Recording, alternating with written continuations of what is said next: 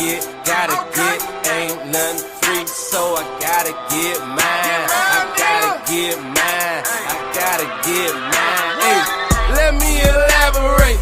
Y'all niggas trying fake. I've been out here getting cake. It been a process to get my money straight. I remember them broke days when I ain't thought they could control. I just kept that hammer, homie, nigga, knock out your soul. If you ain't got my money on time, you better cash out. If you do that bad business, homie, don't even give me that. I've been staying out the way cause I ain't doing no dead time. Cause I ain't got time for you, little homie, I'm getting mine. Coolest nigga in the world, but don't try to test me. I won't never lead you astray, that's why the Lord bless me. I need no attention, I just keep the extension. That was me against the world, so I'm feeling like Pop. Chasing all this hundreds like I'm Zeke, but I'm from the block. Monetize the flow, just follow the formula. If you ain't trying to get that bread, then I'm ignoring ya. I'm looking for a way out, cause I'm trying to go global. These niggas ain't on they hustle, they ain't even mobile. These niggas ain't no soldier, that's what a nigga told ya. Elias Cash, nigga ain't nothing free. So you know how it is when you be coming to DC. Hey, ain't nothing free, so I gotta get mine. I gotta get mine. I gotta get. Ain't nothing free, so I gotta get mine. I gotta get mine. I gotta get. I'm the realest in the D.O.B. Let me elaborate. Salute, brothers. How y'all doing out there, man? I pray everyone is blessed, well, in good health. And yet again, as promised, Big Broden came through to bless your boy with some more information that he can break down and get to y'all as well. What am I talking about? Well, we got us another good old Machismo TV check-in show. He's letting everybody know what his experiences are in his new location. And he brought somebody along with him. Yeah, I know y'all brothers have heard the name mentioned before, but you don't know him, but you're about to learn him. Let me drop this off. Bang. Bring them up. Bang. And bang. There it is. Brothers, how y'all doing tonight? Yo, can you hear me? Can you hear me? Yes, sir. Yes, sir. Yo, what up? What's going on, family? How you? How you, man? I'm good. I'm starting to like these little weekly check-ins, man. Keep me on my toes. Actually, let me tell you this. I was actually hanging with Dre yesterday, from Love Crossing Borders. He came and scooped me. We hung out, and just on some humbug shit, he was like, "Yeah, I heard you stream the other night, blah blah blah blah blah," and I was like, "Word." And he was like, "Yeah." He was talking about last week's check-in show, and I'm like, "Word, you listen to that now?" He was he was like, yeah, that was a really good stream. You talk about Colombia and everything, and he was like, yeah, I really enjoyed it. So yeah, he told me that last night. So yeah, That's what's up. people is definitely listen to the tracking calls. Yo, you inspired a lot of people to go ahead and start really taking it serious if they weren't before. Like it's something that you mentioned some time ago that you broke down the whole plan, and now it's active and it's in effect and it's live. And bruh, for some people, they probably didn't. They probably thought you was bullshitting. I knew you wasn't bullshit because your plan sounded a whole lot like my plan, and now you done broke out and broke free. So you and your skill set, document and everything, yeah, can't nobody do it like you. They can't. Hands fucking down. It is what it is. But we got another brother on the panel. Would you mind introducing yourself, sir? Well, first of all, thank you for having me, contractor in Machismo. And I'm here to answer any questions. Just have a regular chat with you, just like if all of us are sitting in a cigar lounge and just having a conversation. So I'm just here to brighten the room. Understood. Understood. Well said. Well said. Well, you two brothers have known each other for a while, and Machismo has shouted you out on multiple occasions and spoken very highly of you, sir. So you do have my respect for everything you've um, helped get moving in the background. Uh, what I would like to know is what has your experience been abroad so far? So just to give a little background about myself, um, I came to United States um, in 2006. So I was not born and raised here. And the reason for me to say this, what I'm saying, is to kind of let you guys know that some of the answers or what I'm going to say may have a different tone to it because I grew up differently, came from a different culture, different mindset. But overall, I would say I grew up in a way that when I came to America, it was a little difficult for me to mesh with my own peers. Like I had a difficult time being around people my own age group, and that's because the values that I grew up on, the values that I was raised on, most people around me in my age group didn't value or honor those things. Not to say that there are not people who do that, but in my experience, that was not the case.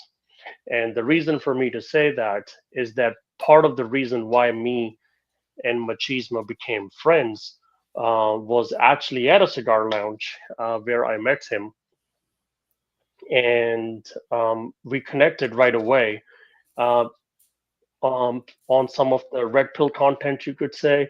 But it was mostly me sharing my journey about how Kevin Samuels played a huge part in my life. So, and that's just kind of how a lot of people who are around me and in my circle, um, like we became friends, our brotherhood grew, and since then, like we all check on each other, we look out for each other, and we keep each other accountable because in brotherhood, that's what you do. Hold up. You said something that I don't want you to speed past it. Um, from what I heard, from what I heard and comprehended, you weren't born here in the States, correct? I Or was incorrect? not. Okay. But after moving here to the States, you had difficulty um, dealing with the different thoughts and ideas of your peers because Absolutely different culture, so it's a clash, I would say. And I think when people come to America, the idea that is promoted to everyone is to be part of the melting pot. So it's very much the idea in America that has been passed on for decades, that is to join or die. So um, yeah, yeah, yeah. so I Well, so I had to ask myself, looking at what was around me, that what is okay to adapt and what is not okay to adapt. So I remained more of a salad bowl, I would say, and some of the values just didn't make much sense to me as to why I should adapt them. well, even coming from well, let me. I have to ask the question: would you consider the culture you came from to be a patriarchal culture? 110%. Okay. Now here's the other part the really big part. Even coming from a patriarchal culture, you once you got here to America stateside and you started absorb well, getting immersed in all the bullshit that is here, Kevin Samuels was still able to reach out and give you a message too, even though you're Bingo, not from here. bingo. You know I'm what I'm glad. saying? All right, bingo. Go ahead, contractor. Continue with that line of question because that's. I'm glad you caught that because that's actually how me and Naaman ended up bonding initially. He was a Kevin Samuels fan. I'm glad you checked on that. Like exactly, he's from Pakistan. He wasn't born in the States. But go ahead, do your line of questioning about the Kevin Samuels thing. I'll fall back. Perfect. Good segue. No, my thing is, even though you weren't originally born here and from here, he still had an effect on you as well, because America has an effect on you also. So I'm not gonna lie. Kevin Samuels helped me see what the hell I was doing. I'm like, I'm a six-figure earner. I've been doing this shit for years. But I back home, I'm from DC. Everybody, makes a lot of money. I didn't think it was that big of a deal. But he gave me the information I needed to help me get my mind right and be like, nope, I ain't dealing with this, because it is what it is. But it's amazing. I find it amazing you that you said that, because it crosses um excuse me, boundaries as far as race, culture. That man helped change the world. But the saddest part is, even though he helped change the world and influence people all around the world, they still danced on his grave. But that, you already know, I get sour every time I talk about that, machismo. But I'll leave that there. But thank you, Naaman, for sharing that part. It's just the majority of us sometimes take our some of our greater leaders for granted until they're gone, and after they're gone, then they start singing their praises. But it is what it Well, is. I would like to say that with any story, um, you have to sometimes look at some details that make a mark on a bigger picture. And in Kevin Samuel's case, I would say, even though being a black man, and although his message was mainly towards the black community to bring them together, but his message resonated with a lot of different people. Because if you're living in America, um, Kevin Samuels, I would say, talked a lot about things that fundamentally, if you look in other communities as well, if you live in America or you are anywhere where Western ideology has, um, you know, got in there, you will see certain problems that people see here in America. So when Kevin started highlighting some of those things, it it started to like give me a wake up call that while I was living here, because when I was in college, when I came here, and even in high school, I didn't go through the whole process of what the culture here practices, such as dating. So, because of how people were dating and what I used to see, that was very interesting to me. That like how people go about that, and then listening to him on the show and just starting to see some of the issues and problems he was talking about, not just from men's side but just societal.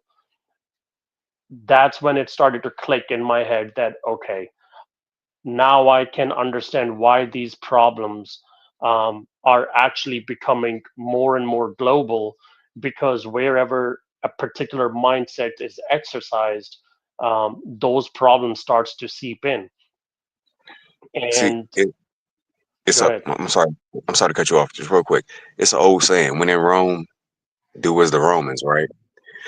Here's the problem: they ain't doing nothing good. So eventually, it poisons your mind. You know what I'm saying? And your belief systems. But that's what it was designed to do. It was designed to put certain ideals and beliefs in people's heads that ain't quite right. And if given enough time, well, then it'll look a whole lot like what's going over here back Well, back home. I would back up what you're saying from just a simple fact that One thing that in America or just Western countries, which is pretty common, even in dating, let's say, is the age disparity, right?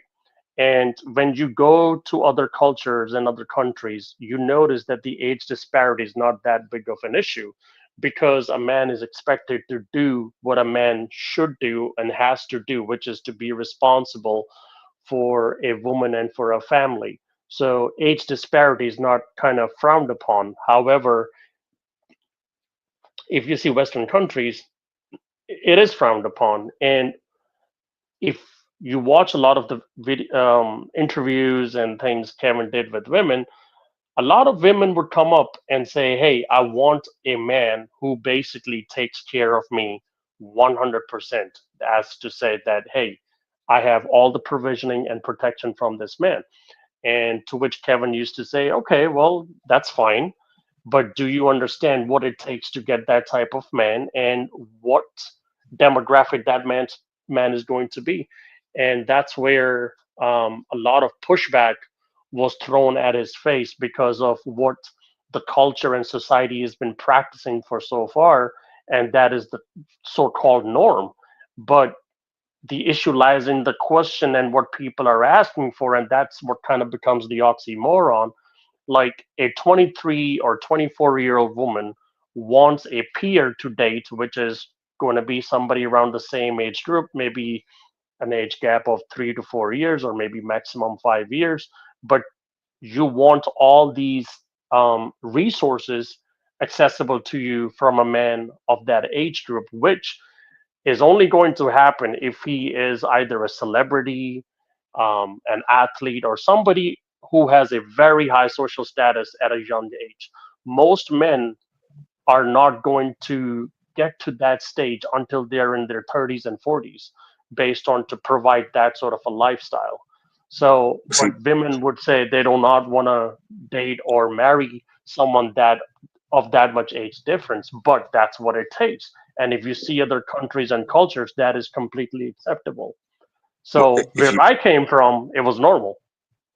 if you notice here in the West, it's only an age disparity when it's the woman who's younger and the man that's older. But it let one of these old cougars get her and net her a younger man, and she's the hottest shit walking. You know what I'm saying? It's it's always one sided. Like the scales are never set in your favor. They're never balanced. You know what I mean? And As that shit shows a lot. as a man, I don't think we care about what the double standards are. We understand as men that what we need to do to get things done. So what older women do or what like they do, I don't think that's just noise. I don't think that's something we care that much about. If that's what they want to do, go ahead, do it, because we understand at the end of the day, like that's just a castle on the sand, and the moment the waves come, it's going to wash away. So it it there's nothing to talk about it. It's not something stable. Exactly. Exactly. But Cheesebo, you want to jump in? Oh no, no, y'all were doing good. I like the line of questioning you took with Naaman. And and as far as the Kevin Samuels thing, Naaman's told me this story before, but on the tail end of the stream, I want to double back and then have him. You can ask him to have him tell a story about really because he's told me this numerous times. I've actually had this conversation with Saul. Because I was making the point, like we were making a point about Kevin Samuels' impact, and I was saying, like, the homie Naaman, he's considerably younger than me. I was like, but and I didn't know this. He had told me this out of the blue about basically how listening to Kevin essentially changed the entire trajectory of his life. And so the version of Naaman that I met at the cigar bar was not the version of himself that he was prior to listening to Kevin. I was blown away when he told me. It was like, it was a sincere, it was like a sincere conversation. I mean, we were talking about our lives and where we wanted to go and stuff like that. And he was just saying how influential, and I was blown away. I was like, damn, it just didn't occur to me. I mean, I knew Kevin was globally influential, but to meet someone personally that had a real like life transforming effect from Kevin's content. And they're Pakistani. They weren't born in the States. I mean, you see why with this conversation with Naaman, that's another reason we get along. Naaman's considerably younger than I am, but because he was born in Pakistan and he was basically raised in a patriarchal society, all of this red pill talk that we have down here, it's like second nature to him. He's like, duh, of course. You know what I'm saying? Sometimes we be talking, it's like it's useful in our conversation when I had conversations with him about a lot of stuff because he thinks like a patriarchal man. Do you understand what I'm saying? So like a lot of shit, he just like, absolutely not. You know what I'm saying? Like a lot of the nonsense we be dealing with the chicks, in particular the black community, because Naaman dates black girls too. So it's just the shit he's just not going for at all. It's like it doesn't even occur to him to entertain it or shit. We be laughing about it. And then, you know what I'm saying? So like that being the patriarchal environment for a man like is actually a real thing. We're not like blowing smoke in the wind when we have these conversations, because the homie Naaman is like an example of that, like someone actually born in a patriarchal society. So a lot of the stuff we're rehashing, do you know what I'm saying, around these gender issues and stuff like that, it's just a non-existent thing in like in a patriarchal society. Like they just don't put up with that shit. Shout out to Mr. Me Too. He's absolutely correct. I watched. Oh yeah, Mr. Me Too with the $5.57 super chat. He says, "We so far from the norm. Men are killing themselves to build a delusional world around these old birds. Hashtag support Black Men Media. Hashtag DOV. Hashtag BIW. And hashtag I'm fargin' with it. Hell yeah. Salute." Phil Waff in the motherfucking building. What up, Slipknot? What up, Cortez Smith? I see you. Yeah, I just want to say our senseis in the chat just want to wish him well and good health. Like he was recently in an accident, so I'm hoping everything is okay. We need him to be okay, and there's so much more that like I have such great respect for Theo because of what he's doing and the lives he's changing. So just like Kevin, I have huge amount of respect for Theo for what he's doing for people. Yo, salute. I'm glad you said that, Naaman. And yeah, I messaged Theo earlier. He said he's good. He's recouping. Once again, because Naaman's in class 6 with me with Theo. I got Naaman in the class. He went to the conclave. Once again, guys, Naaman's Pakistani. So this is like a head nod to be like what the brothers are building. It's legit. Theo's class, the effect of Kevin Samuels. So even though a lot of our conversations are like internal, but bear in mind that the Black Manosphere is outgrowth of the Manosphere proper. Anyway. But basically, like the conversations that we're having in terms of, to a large degree, being thought leaders, resonates and reverberates with all men globally. So aside from in particular cultural nuance, the conversations that these serious conversations that Black men are having with regard to politics, social norms, and things of that nature are global. These conversations, and they have effect. And shout out to Kevin Samuels. No, I totally agree. It's amazing to see this much progress in this short amount of time. And every time that I get on with you and other brothers, I'm always amazed, man. Because if you listen to Keisha and them, ain't none of this real. Ain't none of this really happening. Theo is an imaginary character. Facts. Theo is an imaginary character. Facts. He's not a millionaire. What are you talking about? He right there though. He right Once there. again, for the record, guys, Theo is fucking rich, like 7-figure rich. For all you hating Yeah. ass ninjas that be popping up out of nowhere. Give me Go 1 ahead, second. I Tiger. gotta Go do ahead, something Tiger. really quick.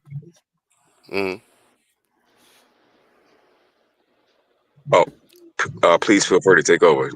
Oh yeah, no doubt. My show's your show. Go ahead. Oh yeah. Oh, all right, bet, no doubt. Damon. Yes. Whatchamacallit? Why don't you talk real while we wait for Contractor to get back? Theo's in the chat. Machismo TV as a network, as a brand, as an entity have done a good job of running a lot of the naysayers off of Theo's back. You know, I officially barked on dudes, and then me and Saul went everywhere and trolled a lot of these dudes like Gay Bay and stuff like that. You're a computer engineer, etc., etc. We don't need to say what you do, security clearance as such, but you know, tell people, since you're not a black man, what's your impression of Theo's boot camp and classes? We've talked at length about it. I mean, shit, we just had a conversation, I think yesterday, about the amount of work and everything that needs to be done and refocusing. So we all right, we'll participate in the class, but focus on these certs. So say something briefly about that, about Theo's class and your experience. Well, what I would say is people who joined early in Theo's classes, I think they pretty much won the lottery because the amount of knowledge and network that you have access to grow within the industry itself. Plus, you have people around you who can coach and guide you to help you build into that career. I think it takes people going to college and universities, having the social skills, being around the right factors and environments to be able to, you know, get a piece of that. And I think just to be in Theo's group gives you access to all of those things. There are fantastic people in Theo's group that you can connect with. And the best part is so many people in there started just like many that who don't know anything. And that's why people in there will help you grow. They will be there to push you. They will be there to kind of guide you if there is something you need help with.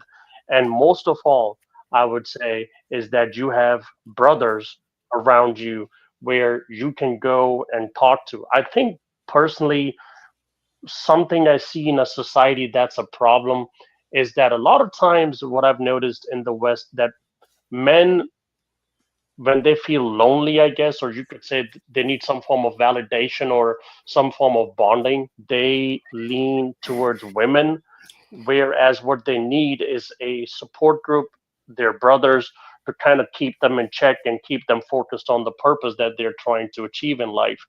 And I think being in the group also serves that purpose, which I think a lot of men today need. Um, but I would say that being in Theo's group is really a blessing, and the work Theo is doing is no less than, I would say, an evangelist, an IT evangelist. Like he is helping people not only to take care of their loved ones, and but also for people to build a life and live the life that they want to live and be free. I think today a lot of people who people are starting to realize today that they're not free. I think um, for most people, like having like a mortgage, taking care of this, taking care of that, you are bounded to the system just like most people who are just here. I think if somebody is free, they're free of all these bonds, and because of that, you can go anywhere in the world and live wherever you want to live. And I think that is the type of freedom you can achieve through the group and with Theo. So that's why when me and you talked about it last year when you were doing GCP, I wish I could have got in with you at that time, but I couldn't because I had a lot of obligations to take care of. And Me personally at work, they keep pushing me to keep moving up the chain of command, and I'm trying to hold on to that because like I'm trying to do something that is going to allow me to live the life that I want to live. And as of right now, I'm very grateful for what I'm doing. I'm happy with it, but the goal is for me to uh, go overseas, because living overseas, if you guys have ever actually tried to do that, it really makes you realize like what potential you could actually reach. So and it's just good to be in an environment where some of the challenges and issues we see here as a society, which isolates you, you don't tend to have those issues over there. Plus, just the overall family structure and culture is just better. So No, facts, facts. Yeah, that well played, sir. Well played. Contractor, you back, Playboy? Yeah, I'm sorry I had to deal with an annoying neighbor.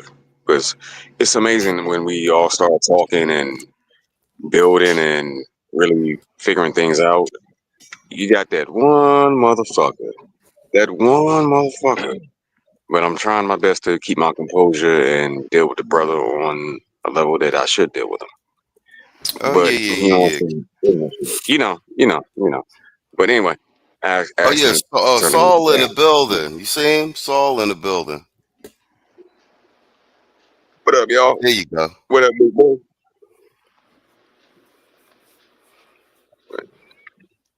Soul, if you want to come up, I'll drop the link again for you, bro.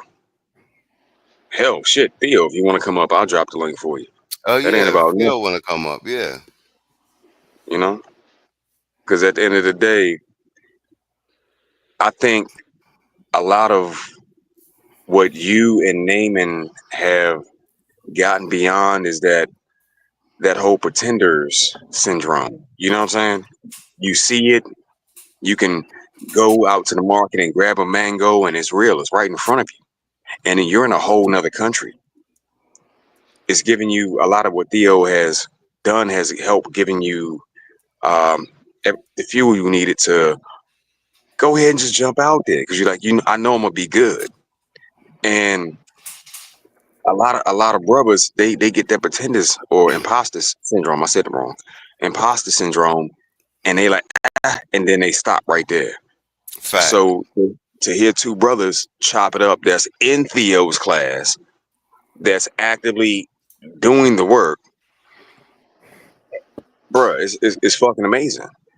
And And I'm Naaman's not going to say it because he's humble, but Naaman is like a high level computer engineer. Like if you know the shit that he works on, and then you know, I watch him upgrade his skills all the time, like all different certs. Like, bro, like so. What I'm saying, so if Naaman is saying this shit about Theo's class, because like like Armageddon, the 1 and 1.2 just passed, and like David was like, this shit is, I gotta get all this shit done. You know what I'm saying? Like I said, he's already a certified computer engineer, so you know what I'm saying. So that's like how legit Theo shit is. You feel me? facts. Well, yet again, he said it. Naaman said it himself. He's more or less doing the work of an evangelist. And y'all can keep playing around if you want to. You can't no, depend I on this mean always being around. You know what I mean? Somebody that's the willing to amount of really put that in. I would say in Theo's class, the amount of resources you have access to, like people should be like really like thank him for that, because um, he exposes you to so many different things that it would literally take you a while, especially even if you're in office and you're like just shadowing someone or you're learning from someone. The amount of time it will take you for someone to show you all that, it, like it's about 6 months or more. Like, but if you're in Theo's class, you can catch up onto that like within a month or two. So because he has given you already all the resources, so if you know what you're trying to do, you can do all that. Saul, what's up? I see you in the chat. Um, Also, like, I just want to say this towards Machismo, since I'm on this call and I heard your guys' previous calls. Um, when I met Machismo in the cigar lounge, I remember how excited he was showing me his channel, and and I remember also at that time, like how low he was feeling with everything that was going on in his life because of the shift in his career. And I told him this at that time. I said, bro, sometimes life throws us a different curveball, um, because there's something new coming in our life. There's a new chapter coming in our life. And I think that's what you need to embrace. So if that is going to be content creation, you changing your industry from, finance to technology, then it's just something you just embrace. And I told him even at that time, I said, bro, just keep doing what you're doing. You will do good. Just be patient and keep putting in the work. And from that day, having that conversation in the lounge and having this conversation today on live with all of you guys is a testament Man, of that. If you put your time in, you put your effort, you have people who believe in you, and you keep doing what needs to be done, there is no way that you cannot accomplish it. So right now, I just wish him all the best, and I know that he's going to keep growing, and the subscribers are growing. Everything, like, so far around him is in a good position. So I wish him nothing but the best. name it. I got a question. Have me and you ever talked before? Not over the phone. I've been in the chat throwing jokes here and there, Right, uh, right. but yeah, but not It not in person. see where I come from. We speak a little different because it's a mixture of slang, ebonics, and proper English, and it just all gets mixed into a big ass pot. I told Machismo something very similar. What I've learned in life in 41 years after going all over the world and doing a lot of similar things, um, as him, similar, not the same, similar, that I found in life, if you don't move, life will move you. It'll put you in a position where you have to make a move. And oftentimes that's the best move for you. So I get being down about the situation, but don't worry about that. Don't trip off that shit, cuz it's gonna be all right. You're gonna be just fine. You're gonna be just fine. Things happen. And now he done gone down to Colombia and got all brolic and shit. He running. You know what I'm saying? He gonna be that. I'm pretty sure he gonna do a video with him running through the mountains. And y'all gonna see all that. You'll see it. You'll see it.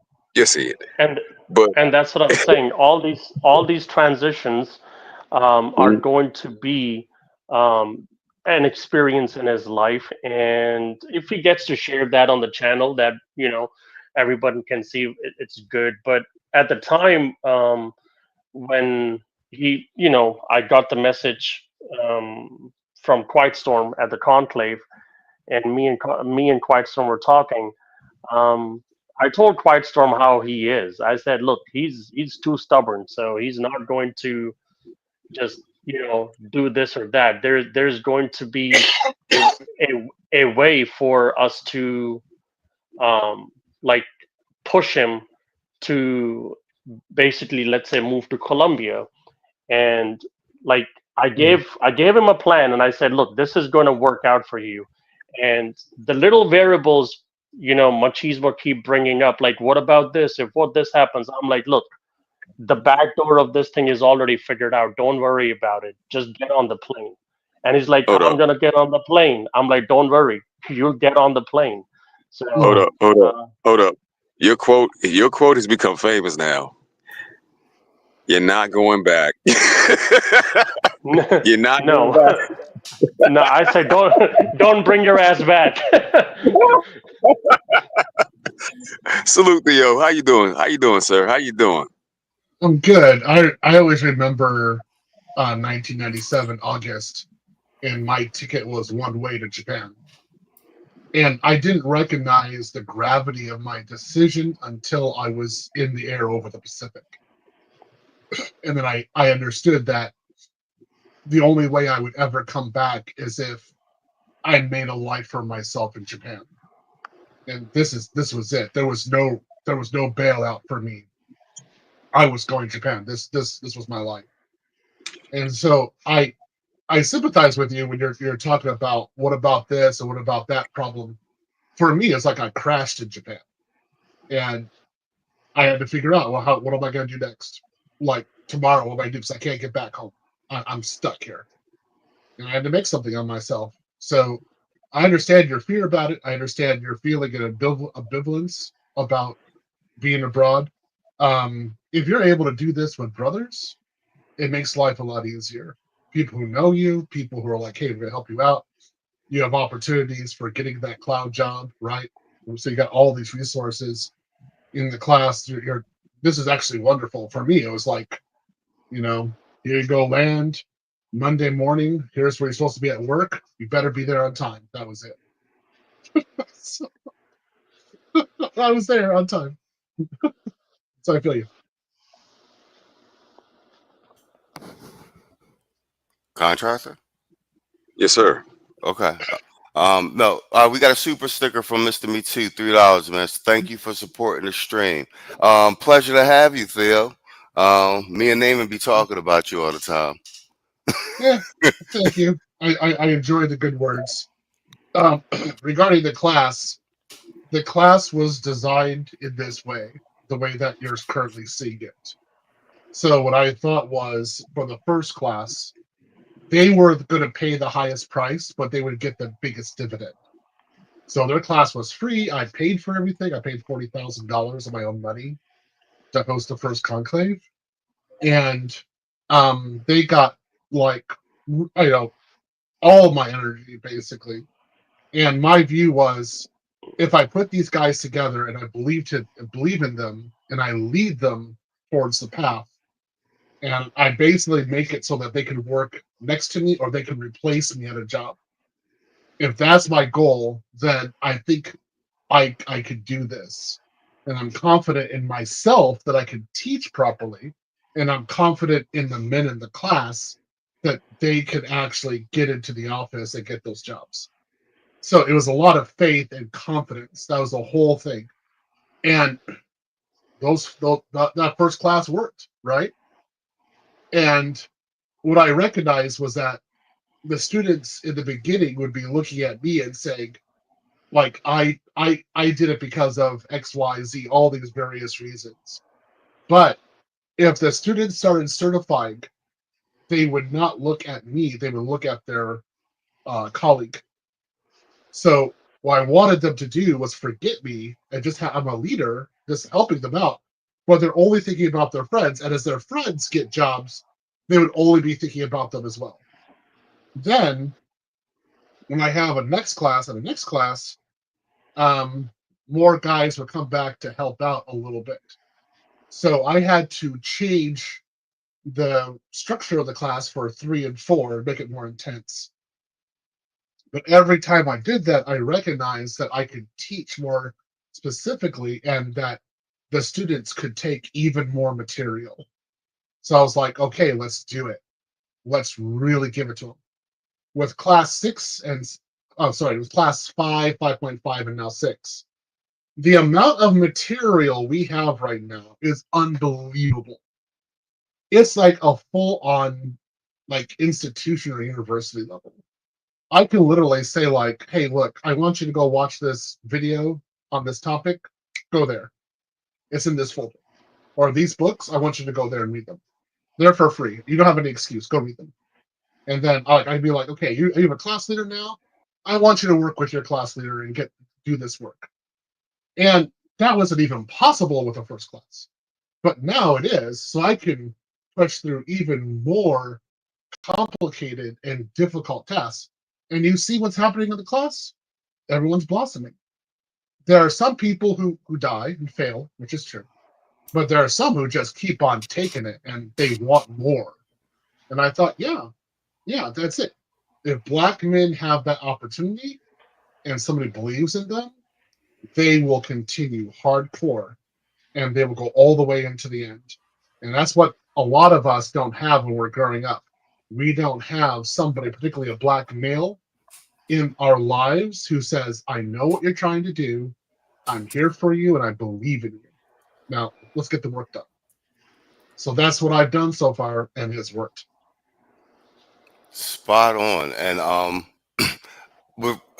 glad. Wow, you hit it right on the head, Theo. Because every time I bring the class up, I reiterate the point that it's not even so much the class, it's your method of teaching, and you've developed a method of disseminating information. But at the same time, it works for someone with no computer experience to someone at Naaman's level of expertise, and everyone feels the, oh my God, there's so much work, but then they buckle in. And then Naaman can comment on this, because it's funny what you were saying about. I always say that you've cultivated an environment of positive reinforcement, but a competitive environment based on positive reinforcement via your peers. Like, there's you who's leading the ship and saying, here's this, but it's when it's breaking down into groups. And because you set up the system for people to post their certifications, whether they passed or failed, it creates like this weird, it's like high school peer pressure, but like the good peer pressure. And Naaman could attest to this, because it's funny, because I'm always like every day, like, oh my God, somebody posted another cert. Can you believe it? And then I'm always like, we got to start studying. We got to start doing these practices exams, because like the peer pressure is like, you end up being like, that guy got a cert too? Oh, this is ridiculous. Let me hurry up and get this done. And ask David every day. I'm bitching, not bitching, but I'm like, you see somebody else posted another cert, right? Did David tell him? Yeah, I mean, I tried telling him. I said, look, it's one thing to be competitive and have a competitive spirit in you, which is a good thing to keep pushing yourself forward. And I mean, that's how you sharpen yourself. But at the same time, you also have to be realistic with yourself as well. So me and Machismo, like, we actually talked about it, like, hey, look, listen, how about every day we catch up on and do some practice test questions and this and that to align for the test. And then, like, by within the month of January, we try to knock out the cert for SAA. So, but you obviously make a goal for yourself and you work towards it. Life always throws something at you. Like, this happens, you get sick, something else happens, somebody passes away. Like, life is always throwing something at you. So you just got to improvise with what's going on. Yeah, get hit by a car. I was going to say that, but didn't want to say it. No, that's fine. You get hit by a car, you die. Your parents can die, right? How many people in our families have died during this class 6? This has just been huge, the amount of people. And you go child support payments. I have one student right now in jail. What? And we're trying to figure out if we can help get the guy out of jail. I'm talking with other prisoners in other states. They actually have cell phones in jail, and they're aware not only of you, but also Obsidian, BGS, and others, and they know about me. And they're asking me for books and other materials so they can study while they're in jail. Wow. Okay, I didn't even know that. Yeah, that's going on. That's the level of influence. That's crazy. Go ahead, Theo. I stepped on your time. Yeah. No, that's okay. So I mean, I'm working, and if that's going to give somebody just a little bit more hope, okay, fine, I'll do it. And it's not hard to do at all. And then look at what I'm doing. Like, I'm not using anybody else's money. I'm just using my own money. And we do charge a fee, but largely speaking, if I'm doing this right now, it's me. If I'm not paying it out of my own pocket, and I'm like, why wasn't this done earlier? This is actually very easy to do. The structure is easy, but it goes against the narrative because what I say is, you're a black man and I believe in you, and we can do this together. What you see, what the liberals have, that is not their narrative at all. Nope. It's a black woman can do it, not us. Facts. Yo, contractor, let me read Saul's super chat. Saul with the $5 super chat. He said, "Stop being polite about it, Theo.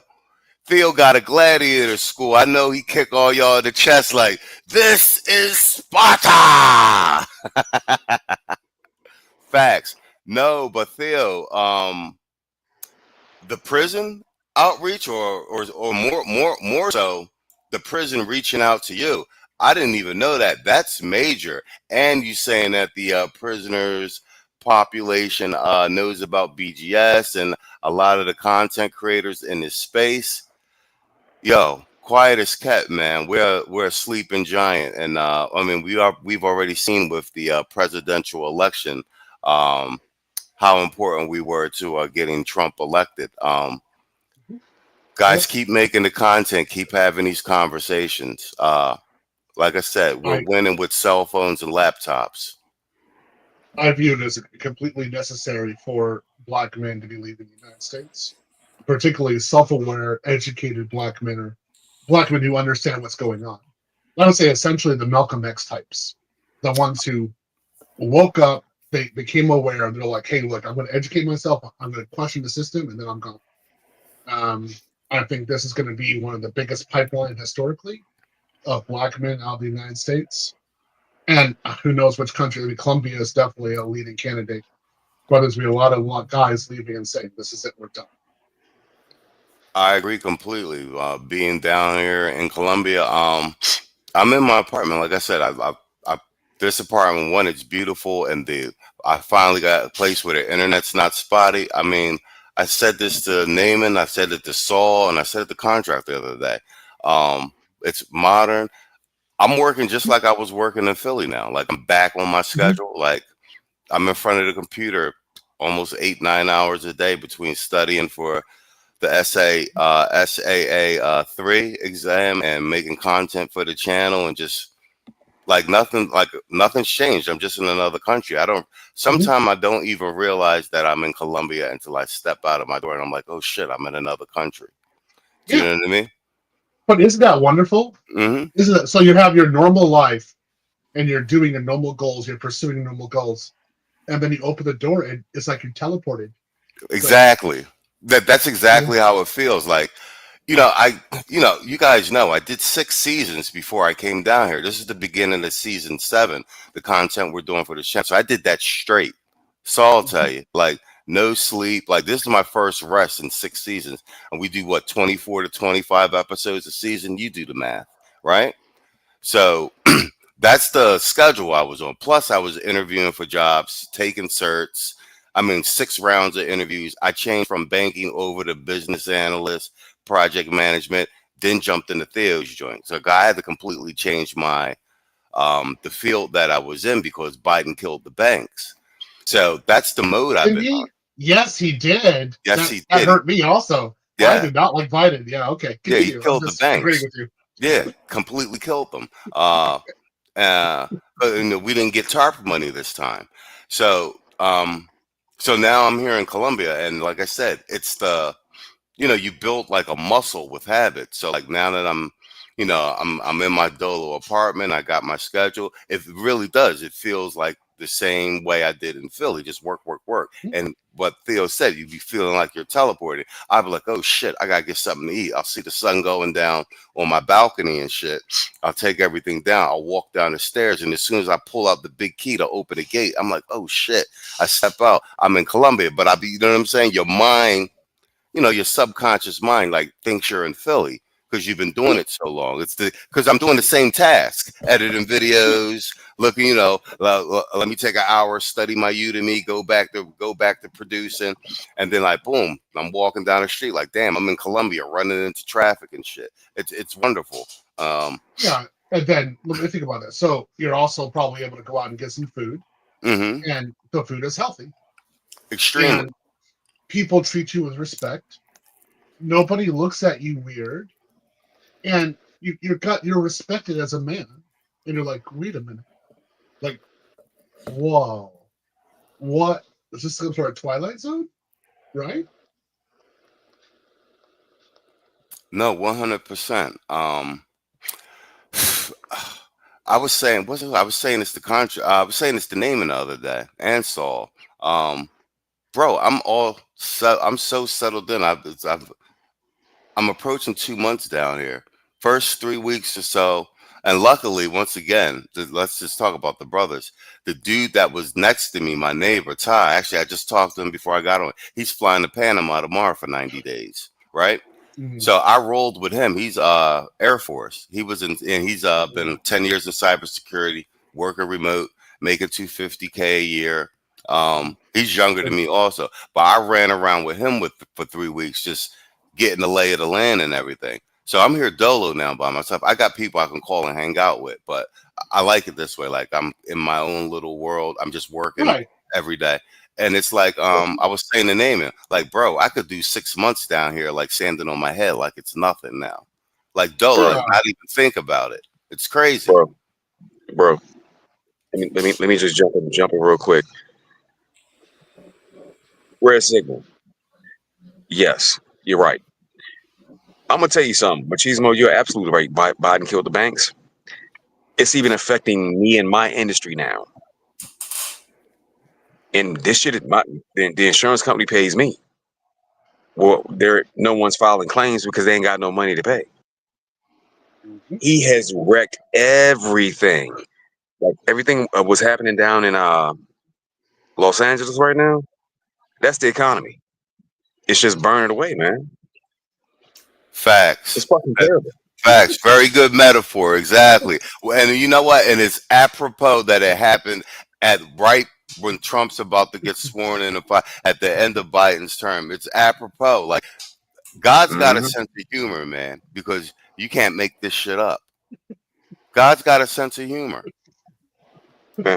Yo, thank you for helping the brothers in the manner that you've done it. Because if you got people from behind bars reaching out, that tells me that you have garnered the attention and respect of everybody that got melanin in their skin down there that are men.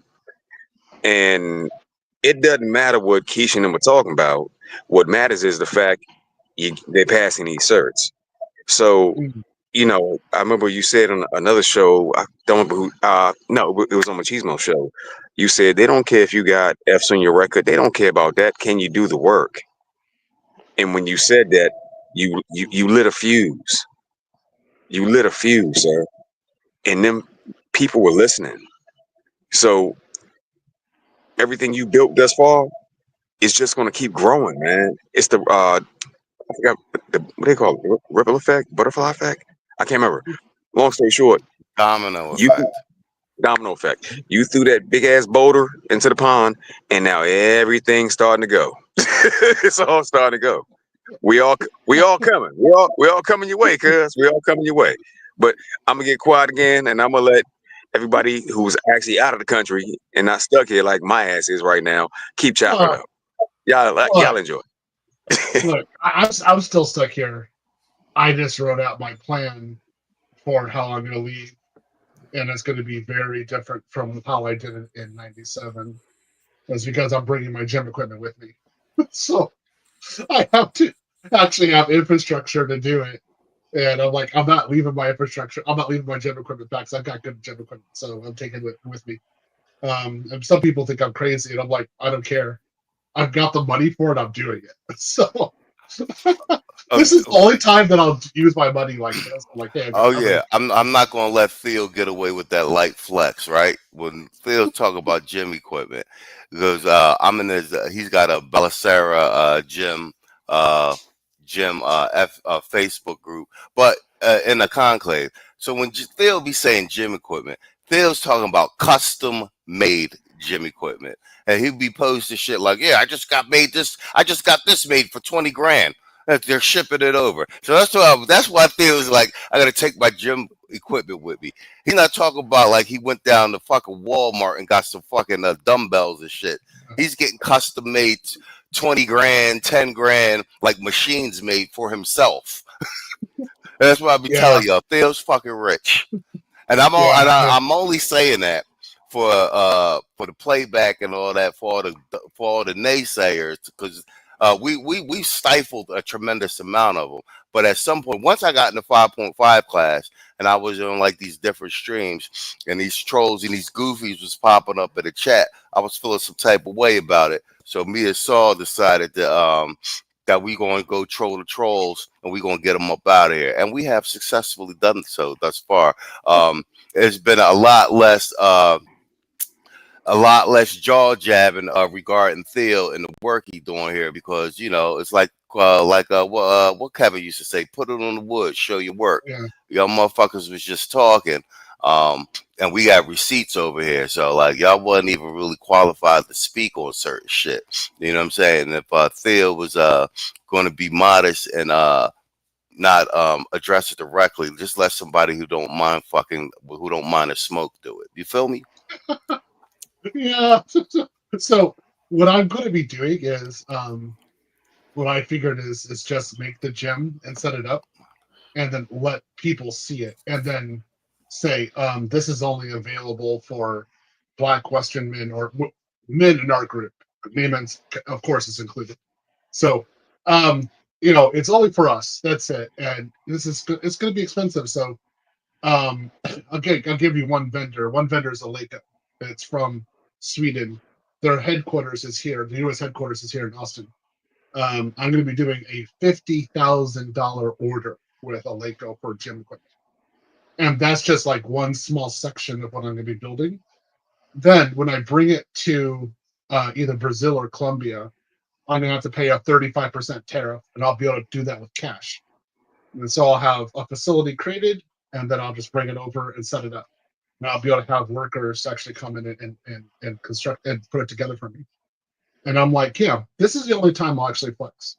It'll be in something like this, because I want to have this environment where it's like a third place where brothers can come together and they can work out on the best gym equipment that they would have back home.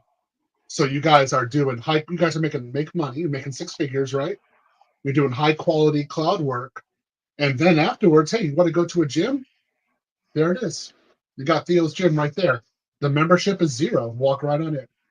You got a Leica, Rogue, Prime Fitness, Kanata, Salt Fitness, Salt Strength. We got the big mainline gym equipment makers are right there. And you guys can go ahead and exercise all you want. I think it's perfect for us. Spot on. Let me piggyback on that. Hold on. Exactly. Go ahead, Dave. Go ahead. We gotta acknowledge a lot of times Theo just politely flexes about everything. Facts. And it's like no big deal. Facts. And I want to piggyback on that, like, because what feels, I made the comment on the last two check-in shows about the brothers that I've ran into down here, and it just blows your mind. Well, one, because a lot of them are younger than me, and I'm always on damn. Once you move out of the country, you're like, man, I should have did this 10 years ago. You feel like that, especially when you run into all these dudes younger than you, and they're like, yeah, I've been doing this the last 5 years. You're like, damn it, right? So there's that. But what Theo just said too is regarding infrastructure, and that's what I want to piggyback on, like, because we know the content creators we see regarding travel and everything, and that's what you see visual, and you need that because it gets the information out here. But the level of brothers I've been running into are the guys you don't see and how they're operating, and then how Theo's just talking is like. So you got the cloud boot camps that he's been running. This is class 6. So we're talking about 6 rotations. That's an infrastructure thing. It's intellectual capital. It's intellectual property.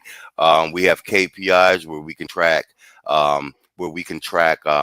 certs. We can track salaries. So it's actionable, and we have receipts in that. And then what he's talking about with setting up his third place, and so bear in mind, he said, all the guys that are certed and working and making six figures. So that implies a network, and him. Now, see, I moved Dolo. A lot of guys moved Dolo, but Theo's talking about moving and, to lack of a better word, setting up a facility or such, but basically like a base camp or a safe house where all the guys that have acquired the skills, they're mobile. You got a place to go in this country, and like I said, he's got a gym set up and stuff like that. I recently gave Naaman, when I left, my copy of Nomad Capitalist, his book. I bought it for myself. I hadn't had a chance to read it, but we follow him on YouTube. But I gave it to Naaman because Naaman's of that same mind also with regard to set it. I think set it out. He's looking at Kenya, and like our conversations are just. I mean, we're traveling now. We're checking out countries, but my conversations with Naaman are around like, okay, I'm going to set up shop here. This is what I'm going to build out. I'm going to get my cars shipped over there because he's got like a Chevelle. He's got some classic muscle cars. So like this is the layer of the conversation that with regard to men in travel, black men in particular, that sometimes isn't had, that you got guys operating on a high level. And then until you see it with your own eyes, it's almost like you don't even know that world exists. The initial part of we're still stuck at the initial part of the conversation of, hey, bro, get your passport. Do you understand what I'm saying? That doesn't include the ticket, where you're going to fly to, and everything else. Then when you land and touch down, you're seeing guys like, yeah, I've been doing this for 20 years. I've been doing this for 10 years. I ran into a guy yesterday. He's been down in Colombia, lived here for 4 years. Older gentleman. Not that much older, but and he's just dressed regular. You would never know. And I'm talking to him, and he's like, I'm like, what do you do for the remote income? And he was like, oh, I'm in healthcare. And he was actually like, yo, I got to go home and because it's on different time zones. He's like, I got to go home and get on the call. He's making $23,000 a month.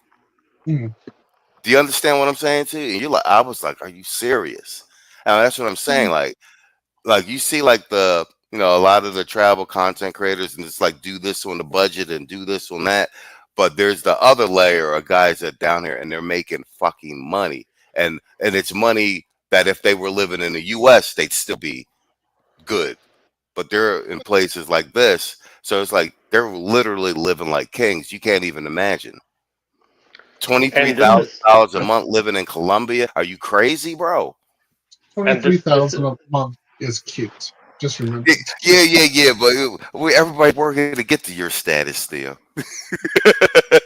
But yeah, just an idea of the numbers. Go ahead, Naaman. I stepped on your time. No. I was just going to say to that point, and this is where it goes to say that if you're truly free, and you are in United States or any Western country, and you are completely free, it makes no sense for you not to be overseas. Facts. And I think people who have that freedom, they make that choice. I think there are so many now new interviews or people making just videos of people who are Gen Zs, and that's what they're saying. They're saying, hey, I talk to people if I do get a chance to socialize or talk to someone, because people don't even do that anymore.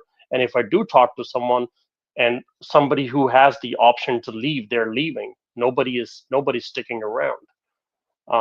And this goes back to earlier what I was telling you, Machismo, that even back in the day when the British were on both sides of the globe, and the wealthy who could afford the servants and the services that they could get in England or United Kingdom, the soldiers who were working at the time for the British like empire, they wanted to be deployed and be in other countries because they understood that being in other countries gave them a better life, and they wanted to stay there as long as they could, because they knew that if they would come back, they would not have these services that they had living overseas.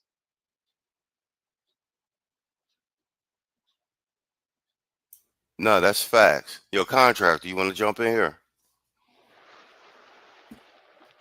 Actually, I get where you come from. I'm enjoying the conversation. Like I dropped for a hot second and I had to bring it back up, but literally, I'm loving hearing y'all chop it up because I can say get your passport, get your blue, or get your blue book and go all day, but I'm just one man speaking because I was an expat. Y'all are walking, talking, living proof of it. So it validates everything I said already. And then when you have somebody like Theo on the panel, oh yeah, oh yeah, oh yeah, $20,000 worth of gym equipment. Yes, sir. Yes, No, sir. that's one. No, that's one piece of equipment. I'm sorry. That's Forgive me. one piece of equipment. He be My posting the apologies. drugs, and we be at the drawer like, "Yeah, you just spent 20 grand on that." I'm like, "Yeah, what chump change?" My No, apologies. I'm 20K bringing is one piece. I'm bringing $400,000 worth of gym equipment to the other country. Good Lord. There it is. There it is. That gym is going to be so nice. You don't need to go to the club. That is the club. Yeah, I want it to be a haven. So when you go in there, it feels like you're home, and it's gonna have like a lot of like I don't know artifacts from home in there. And I just want you to have this small period of time in which you have excellent equipment. You can feel like you could do anything, and it's just all you. And there is some weirdo in there. And what Irvin is saying, you can bring your. If I'm in Colombia, then you're Colombiana. From Brasilia, you're Brasileira.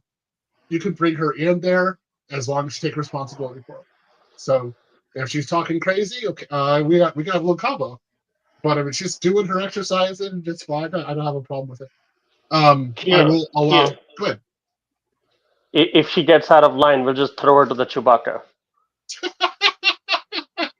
Yes, I will have the Chewbacca in the class in the gym, and I will be doing that. I want to have decor in there. Basically, I want the gym to be so good that the top level athletes in whatever city I go to, they're asking to come in and to be a member. And But Keo, I want, at that level of a gym, like it's almost like a very high end like club. So yeah, people are going to be asking for like yeah, access to the gym. yeah. That's what I want. I want the natives to say, hey, look, this is the best gym that is in the country, or is at least in the city, and we want to come there too. And then I can kind of evaluate them and say, yeah, maybe you can come in, maybe not. But then, of course, I'll be screening. I'll be like, hey, she's kind of cute. I think this guy in the class will like her. Okay, you can go in. Okay, go ahead.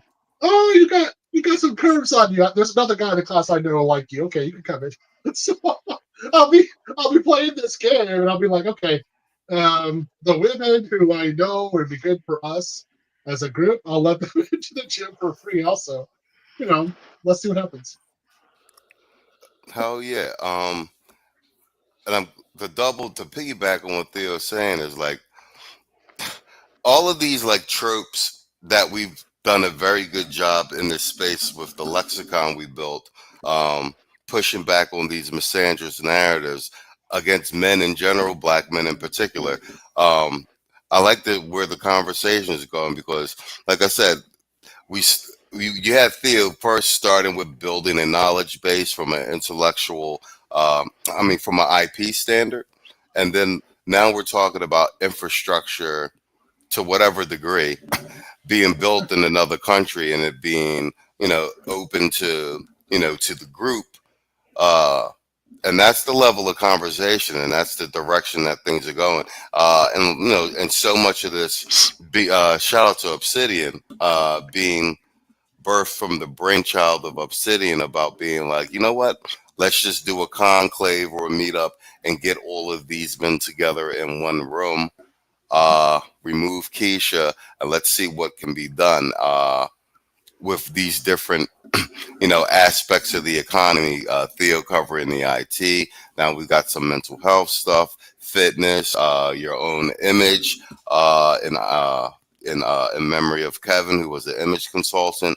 So along those lines, you're seeing it play out in real life with the trope "black men don't build," etc., etc. So I say this all the time on the Sunday show. The content in and of itself is important and useful because that's the media arm of it, right? Pushing back on the making our own narratives. But what's more important is the stuff that you don't see behind the scenes. Is that brothers of a certain ilk are in communication, and like what you see on these channels is the tip of the iceberg. You have no idea that to the extent that moves are being made behind the scenes, brothers helping each other out, helping each other level up, skill up, and then providing real life support in terms of, when people are having existential crises, someone passes away, someone's in bad health. Like, it's a real thing. We haven't seen anything like this with regard to the ability to connect, network, and to make positive influence on each other to this level in U.S. history. So it's a beautiful time to be alive, and that would attribute to why there are so many detractors and gaslighting and stuff, because the argument could be made that they are afraid of this level of building and communication and stuff, because it is effective. Mm-hmm. Yeah, well, so let's talk about it, right? So there are other things that we're talking about behind the scenes, which is if we can get enough of us into one area, can we have our own schools? Facts. Or can we integrate ourselves into the current school system that we could have a US-based curriculum? Facts. But it wouldn't be this liberal crap. It would be traditional, old school, hardcore that we know black men can do. Right. And if they fight in school, they fight. It's okay. That's what boys are supposed to do. We're supposed to fight each other, right? Mm-hmm. We don't give Xanax for that. We don't give drugs for that. Yeah. We push the black boys and we show them that they can do it. And then the fathers, there is no threat for black fathers to lose their children abroad. Fact. And when we get that over a 10 to 20 year time period, we're going to be able to show a complete difference of who we are versus the community. Spot on. I'll piggyback on that as well. I think that's the trajectory that we're moving. This is what, class 6? I mean, so you did all the beta testing. We promote. I mean, I'm in the classes. I was in 5.5 and in 6. Like, and we're talking hundreds of students, and like the influx of people wanting to join. Passport OG in the building. Passport OG's in my class. Like a lot of your favorite content creators are in Theo's class. I told you I was with Andre yesterday. Me and Andre were talking about the class briefly. Andre's in the class. Kofa's in the class. This is real deal, and everyone's really pushing for it. But to piggyback on what you said, yeah, school curriculum, that's the trajectory it's going. And I want it to be just like you have it. I'm from the era where I mean, I went to public school, but I passed those tests and I got into all those magna gifted schools. But I went to Lehigh University, and when I went, the year I went, they had just started admitting women 3 years before I went. So Lehigh was like close to the toughest engineering school in the country, and all the old money went there. Like, I went to school with when Dan Quayle was vice president. I went to school with Tucker Quayle. That was his son. We were like best friends. I had Secret Service detail and everything. So I was with senators' kids. That's the first time I ever heard trust fund, because everybody was a fucking trust fund kid. I didn't know what that was. And people used to always be like, "Oh, we're flying to Paris this weekend, and we just bought this," and I'd be like, and they'd be like, "Come on," and I'd be like, "Are you fucking serious?" They're like, "Well, why can't you just ask your parents to give you some money from your trust fund?" And I'd be like, "What the hell is this trust fund thing?" You understand what I'm saying? So that's the school I went to, and because they had just started admitting girls 3 years before I went. Like it still had that old school austere type like environment. It was still catered to the curriculum and how the professors were. It was still like it was a boys' school, and it was like no joke. It was like sink or swim. I was in those engineering classes, and like we had a high suicide rate. Mhm. You know what I mean? Because Yeah, it was I so know. Yes. it was so brutal. Yeah. And but Mhm. the for black boys in particular, that's the type of school environment that you need. For black men in particular, and like I said, Theo.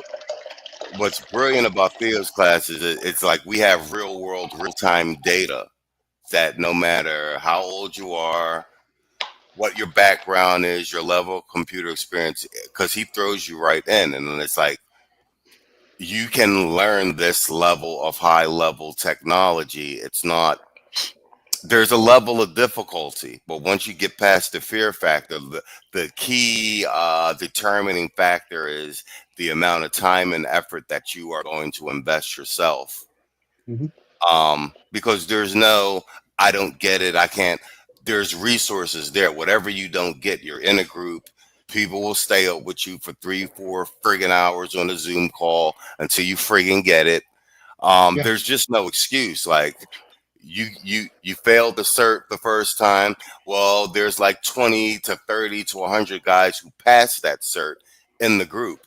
You can reach out to any of them. Everyone gives you all their study materials. Like whatever you're stuck with, there's someone who will sit on a Zoom call with you ad nauseum until you get it. So much to the point where you're on these side Zoom calls that aren't even a class. Naaman was just saying this the other day, and like they will ad nauseum work it out with you. You'll be on there 8 hours. You be like, yo, I got to get off this goddamn call. Yo, Machismo, real hmm? quick. We got another guest in the building right here. Another Irvin. man that they claim don't exist. But before you shout out Irvin, hold up 1 second. 1 second. Let me get him to the stage. Guess what we got? Oh, the ghost himself. Mr. Quiet Storm. Good evening, fellas. Good evening. Good evening. Okay, You guys play can hear me okay? Yeah, you play the role. Your Okay, voice okay. sound good too. Sensei, how you feeling? Both my delts are injured, shoulder is injured. I got a concussion, but I'm kind of doing a little bit better right now. So I was in bed for most of the day. I decided to go ahead and get out here and talk a little bit. So it's kind of healthy for me. But yeah, I've been in bed. So just trying to, I'm on drugs. I'm on medication for this right now. Good. So yeah, I'm trying to recover. Sensei, I hope you do understand that also means no lifting. Oh, I'm not lifting at all. Oh, nothing. I told my trainer, I said, 100% no, I can't do anything. And I'm on concussion protocol right now. So I got people pinging me about every 4 hours to make sure I'm conscious or I'm okay. So Yeah, I was I one do of ping people. Yeah, you did that. I got all over. They're pinging me just to make sure I'm okay. So, but I mean, think about that. I mean, one of my stories I had at Conclave 3 was how when I had cancer, nobody was there and nobody helped me out at all. Nothing. And even I have this kind of a graphic story, but I had nobody was there to take me home after chemotherapy. I had to walk home by myself. And when I did that, one time I threw up and then I actually slipped in my own vomit and I collapsed and I actually had to pick myself up from there. And it's kind of a graphic story, but I was like, that's how alone I was. Like that's how vulnerable I was. And then to actually have a group of people who actually care about you, who actually at least say, like, how are you doing? Can we do something for you? Do you know how many guys have said to me so far, even though I'm a millionaire, I got people say, can we DoorDash for you? Right?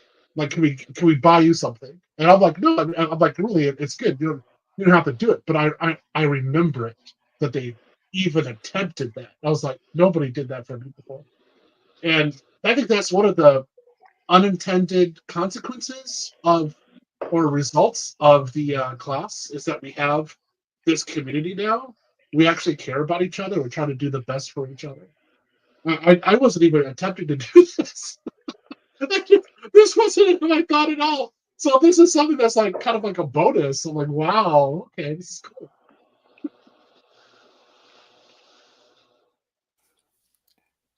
Yo, solid. All right, we're gonna get this convo now that Storm is here, because I messaged him earlier. I told him Naaman was going to be on the panel, and we got an extra surprise with Theo being here. So we can double down on all the behind the scenes and whatnot. And this is gonna be, it's been a great convo so far. I fell back, put my shit on mute, and was listening too. Let's read these super chats. We got a $5 super chat from Mr. Irvin Reed, longtime channel supporter and member. He says, super chat goes support, my man. Oh, and look at this. Quiet Storm coming here, kicking his muddy boots on things. I owe all y'all a F all you hoes drop on Sunday. I got notes.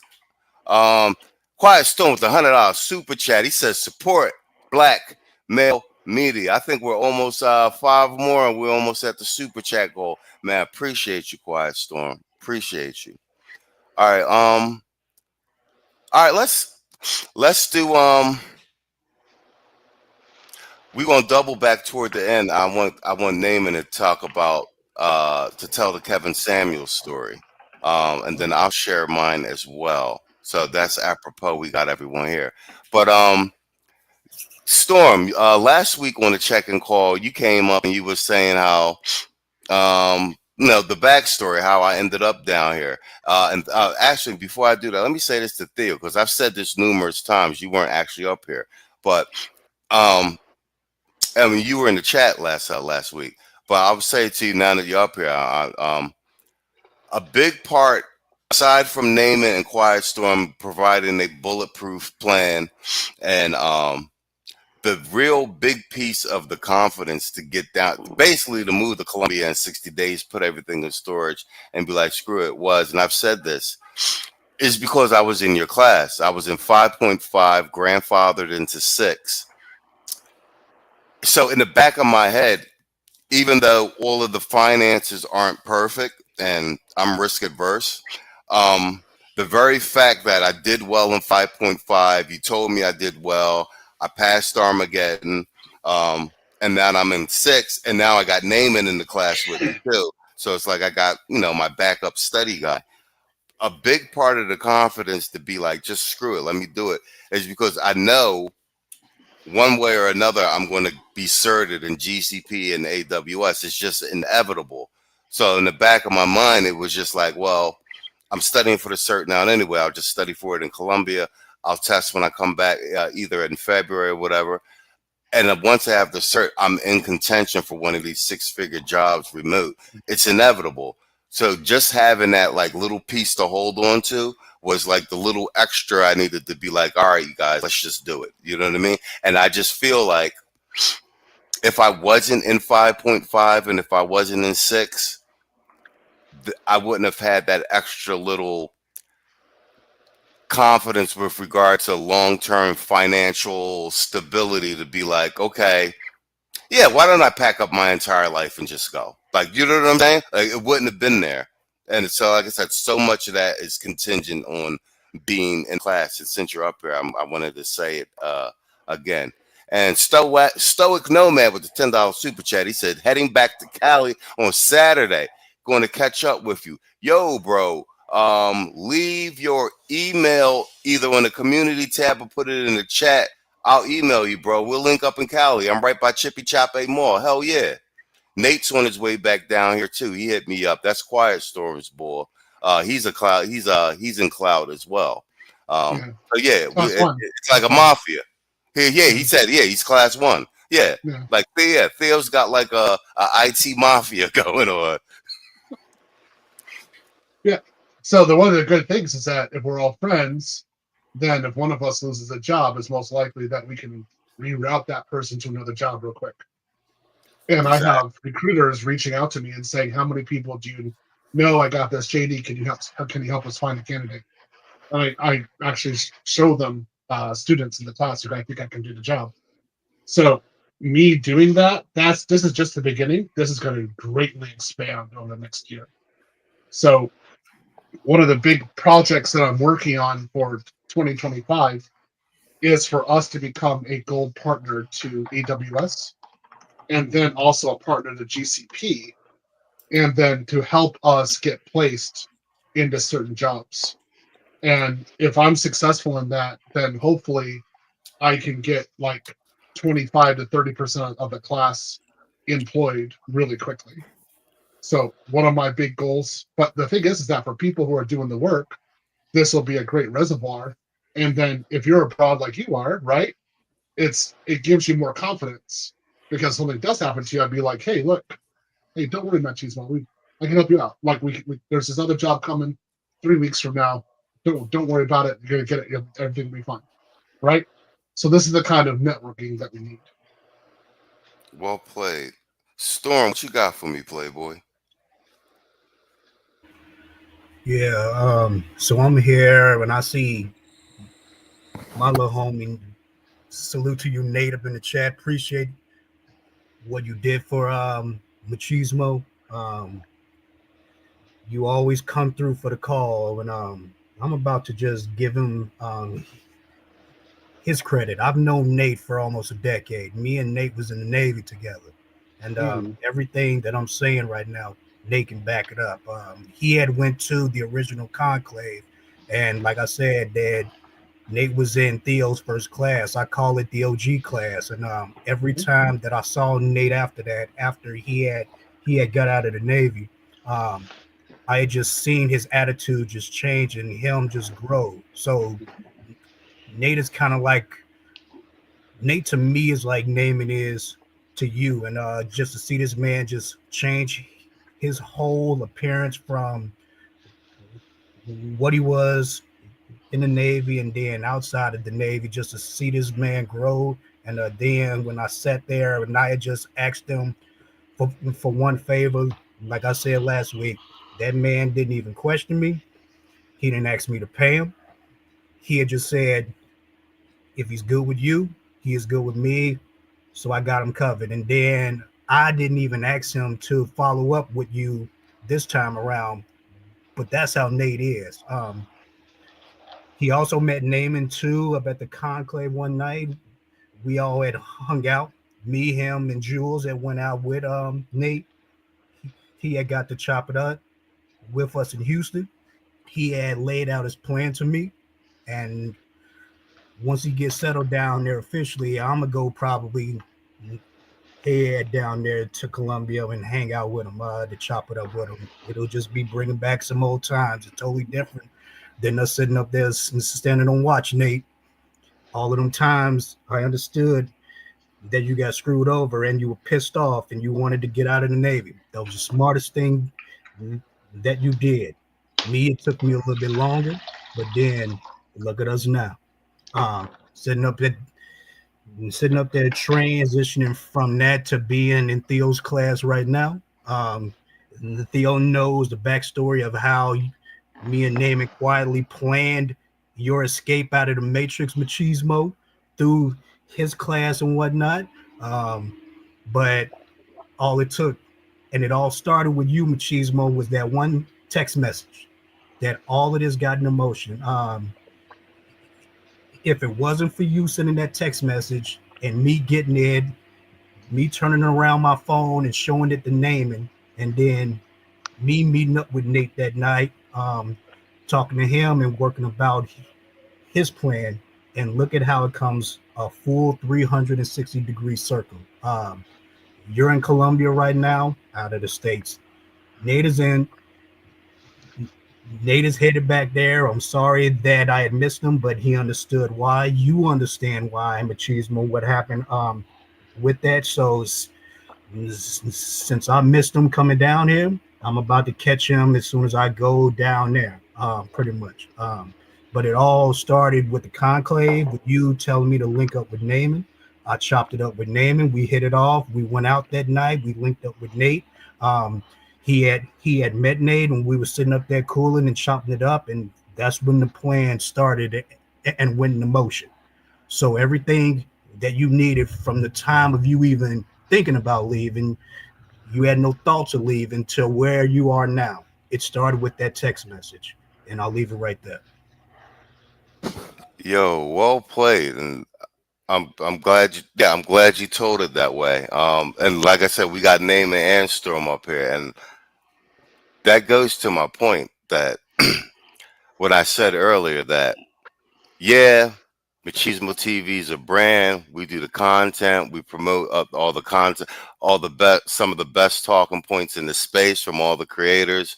We kind of make sure everybody stays honest, but the real power of the channel is what we've been able to do in terms of networking and getting all quality, productive brothers together and to operate on one accord. So much so that, unbeknownst to me, you know, I have a friend that I know personally in Philadelphia. I know Quiet Storm from the network.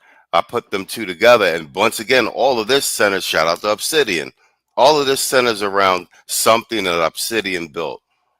It ended up being the hub at the Manosphere Conclave. And then, like I said, it's almost like paying it forward. You know, you put the good things out there,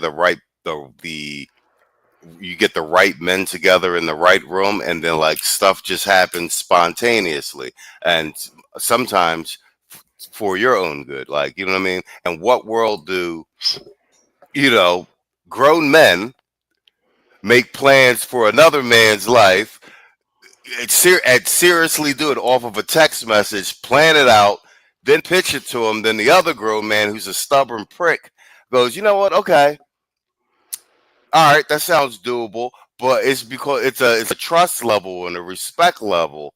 And then, like I said, you know, with Theo, they're all culminating in Theo's class. And like I said, if I wasn't in the class from the purely from a financial standpoint, you know, because that's all every man's concern. Like, where the fuck is the money coming from? Do you know what I'm saying? Like, if it wasn't for, if I didn't have a level of confidence in terms of proficiency with the technology and changing over to the industry, like it would have been a fucking no-go. And that was actually one of Naaman's selling points. Like, you're already doing good in the class. You're in class 6. He let you in class 6 for free. Just get the certs done. I'm in the class. I'll help you study. Like, what do you got to think about? You're good one way or another. You'll be making 6 figures by the end of 2025, and you've spent half of the year overseas. It's a win-win. And I was like, okay, you kind of got a point there. So, yeah, these channels are more than just content being spewed out every day. Productive black men are getting things done, and it's having a real-world impact on people's personal lives. And as you all well know, we covered the election extensively. We are affecting the real world in terms of politics and everything else. I'll let my play there. Yeah, piggybacking off of that was a great comment that you had. The really big thing's going to happen is when we start making families abroad. And when we start, all we have to do is, I've told several students, go abroad, get married, be happy. Then just go on YouTube and show other black men that you're happy. Show a wedding ring on your finger and that you're happy. Then don't bring her over. Don't bring her back to the States. But have a child and just talk about how happy you are as a father and that you know no one can take your child away from you. Just do that. When we do that, we control the narrative. It's done. No one will be able to assail that at all. And because I I mean, the amount of men that'll be going abroad will just be huge because we're the trendsetter. We're the ones who set this up. So I know there's a lot of guys in the class who are totally horrified about this. I keep on telling them, when you do this and you make the family, you will change the lives of so many other black men back home. So go for it. Don't be afraid. It'll be all right. Spot on. Spot on. Your contract, you want to jump up in this? It is your show. My bad. My bad. I had to get the phone and reload everything up back again. But yes, it's my show. But this show was meant to cultivate the thoughts, ideas of the brothers. And it's my show, but it ain't my show. You know what I'm saying? It's part of the collective experience of everybody. That's why I do what I do with it. And you got 1, 2, 3, 4 brothers telling you it's a better option out there. And I'll be honest with you. Everyone already said everything I could possibly fucking say. And I was like, okay, well, shit. Y'all scraped everything off the plate. What can I say at this point? What can I say, bro? At the end of the day, the proof's in the pudding, and people need to see you putting in work and doing it and making it happen. Theo is a shining example of it. He made space and room for a whole lot of other brothers. Now, kind of like King Leonidas, my G, we behind you. We with you. We with you. We with you. Everybody getting kicked in the chest. Fuck that. I'm just saying. You gonna leave Theo alone, or we gonna? I'm trying to do better, not use certain words. Oh yeah, we already started that campaign. What, season 3, season 4? You see, there ain't a lot of slick talk about Theo no more. Yeah. Nah. Everybody, shut up. It's the reason why. Yeah. Me and Saul hunted them down on their own territory. It got ugly. Yeah. Then you got individuals like my brother Quiet Storm coming up and just telling the truth. Passport OG, it can't be denied at this point. That's why I just got quiet and I backed up. Let the conversation flow and happen naturally. Because between Naaman, Theo, and now Quiet Storm, well, Quiet Storm and Theo, y'all don't exist, apparently, in so-called black culture. Y'all ain't real. Yeah. Y'all ain't real. You know what I'm saying? Yeah. Y'all ain't real. And Machismo, a little while, you won't be real either. Naaman, you kind of qualify, but you kind of don't. But you kind of do. But you kind of don't. So they gonna act like you don't exist either. Not him. They believe that this ain't real, but it is. I'll put it to you like this. From what Machismo said, the work that goes on behind the scenes is real. Yeah. My brother Saul damn near saved my life. Because when my shit happened, when my bad event happened, it wasn't nowhere near as bad as Theo's, but it sucked. But I had too much money spread out amongst too many states and miles and shit. And a nigga like me got, I shouldn't say, I'm trying to stop using the word. A person like me got stranded. Saul saved me, dog. You don't understand how serious this thing really is. You know what I'm saying? Until you have your event. That's why I push this so hard. Because at the end of the day, my brothers, we move mountains, man. And I rely on you, you rely on me. I got you, you got me, and that's all we need. And we make things happen. And Keisha ain't nowhere in the mix. She ain't. No. You have no idea how many Keishas I'm trying to get in the class. Oh yeah, talk about that. Yeah, go ahead. Talk about that, Theo. They try to get in, they try to do this and that. And I'm like, no, we got guys. That's why we have the vetting process. We actually have to have people's on the cam, and people come up sometimes and it's a woman. And I'm like, sorry, it's gone. This is over. Boom, death sentence. I'm not playing around with you. And my view, I noticed this when I was in grad school the second time. If you give $120,000 a year to a man, he'll play the field a little bit, but most likely he's going to get married and have 1.2 kids or 2.2 kids, something like that. And his wife will make a little bit of money on the side, but he'll pay for everything. If you give $120,000 a year to a woman, a Western woman, she'll go around saying all men ain't ish. She'll be passed around, and she'll most likely, at best, become a single mother. So I sat back and I was like, why are we doing this? Let's just train the men, because you get social stability. And I have that, and again, in the class, I'm like, it has to be the men. It has to be the men noticing that they can rely on each other, because black men, if there's a black woman around, will defer to her. Facts. And that could not happen. I said, no, you are the man. You stand on your own.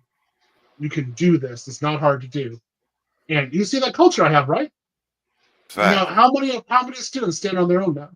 Exactly. Right? Yeah. I said I was going to do this as we move forward. Let's circle back on what we were talking about initially, the naming. We brought up Kevin, and I'll say something about Kevin also, because I say this to Naaman a lot. Like I say it to Saul, because like stuff will be happening, and I'll be like, man, this is just like what Kevin said. Like Kevin was right about this. So even me being down here, this is like part of one of Kevin's maxims when he used to be like, you need your wolf pack. You need high value men in general. You need a group of quality guys around you, because they'll keep you, one, they'll baseline you, and then two, they'll keep you honest. And there's a level of positive reinforcement where it's like, you're not allowed to fall off.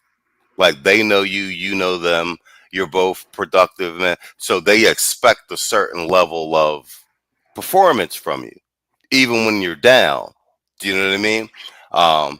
And Naaman and Saul in particular, they saw me fight my way back through, because I never, like I said, I've been in banking for 13 years. Like banks, like if you're in banking, bro, you technically, and you're back office like I was, like it's like the mafia. Like you never don't not have a job. Like it's damn near impossible. So like this trend, it just caught me completely off guard. No one saw, no one in their wildest imagination would think that Biden would be able to do this to the economy. Like it was on no one's radar. But when the Kevin Samuels part, because Naaman, like I said, Naaman was is Pakistani. He wasn't born in the States. Naaman has told me the story before about like how when he found Kevin Samuels online, how it essentially changed his life from a sartorial standpoint and everything else from Outlook. So, like Naaman, if you want to briefly tell that, because we touched on it earlier, but let's go full circle with that. And I think it's important because I want to double down and reinforce Kevin's global influence on people. The black man, we claim him because he was ours. He had an effect on everyone globally. Like we knew that while he was still alive. But like I said, the happenstance of making friends with Naaman at a cigar lounge, him being Pakistani, and then us actually developing a friendship around both of us being influenced by Kevin. Like you can't make that shit up. Do you know what I'm saying? So Naaman, go ahead, like if you can briefly tell the version of the story you told me, and then we'll double down on this Kevin Samuels shit. Yeah. So 2015, when I graduated from college, I struggled a lot with understanding what was going on with the society itself. And for some reason, I always felt like something's wrong with me because, like, just being here, just things were just not adding up to me. And it wasn't until 2017 when I enrolled in business school. And when I was in business school, I was seeing some issues that I was just trying to figure out from more of an optic standpoint. And that's where I ran into Kevin Samuels, because when Kevin started his channel, he was more on image than he was addressing some of the other issues. So that is how I found Kevin. And then I was religiously just like watching his videos to understand some of the things that I wanted to improve in from a personal image point of view, because that has a lot of effect on your daily social life plus your career. So being in business school and some of the things that I was trying to achieve to like elevate in corporate America, I was doing, and Kevin was kind of that type of person who was in corporate America and understood corporate America. So he was giving certain points that I would say was starting to like click with me as to what I need to do. Eventually, Kevin started talking more about people and community and some of the issues that are happening. And that's when I would say all the pieces of the puzzle started to like just click together. And I started to understand that there is nothing wrong with me. I just grew up differently. I had different set of values, and I just happened to be in a society where my values and the values here have a clash, and there's nothing wrong with me. So when I started to realize that, that is when like wearing the suit actually was not the suit wearing me, but me wearing the suit started to happen. And my mentor at that time, who was also the person coaching me at work, started to tell me that he's like, I'm really proud of you. And I was like, why? What happened? What did I do? And he said, I see a change in you, and I'm telling you that you're going to go like up fast. And that's when within my company, like within that year, like I got a major promotion, and then from that promotion I jumped two other steps, and within the corporation that I work in, they started having these discussions amongst management that I was this person jumping up too fast. But part of that was because I took Kevin's advice to heart, and I just, I did what needed to be done. And I led with that image as well, because when you're doing all these things um, harmoniously, like there is no other thing that could happen but success. So that's how I just understood, like, okay, Kevin just was that person that I guess if my father was around, like, like I would have gotten that advice, and like I would have like succeeded like without all these obstacles I had to jump over. So I was just, if there is one person in my life I could give a lot of credit to, is Kevin, because Kevin allowed me to like go from arithmetic to to like calculus 4. Like Yeah. my life trajectory totally changed. And even to this day, I carry those lessons with me. And because of that, my networking improved, my salary improved, my overall life improved, my social life improved, my communication improved, and it just targeted all the areas of my life to make me a better person. Yeah, I definitely agree with you there. Kevin, for me, very much emphasized the point that the network was so important. And so before I started listening to Kevin, I had the network, and it was how I got the $300,000 a year. It would have been impossible.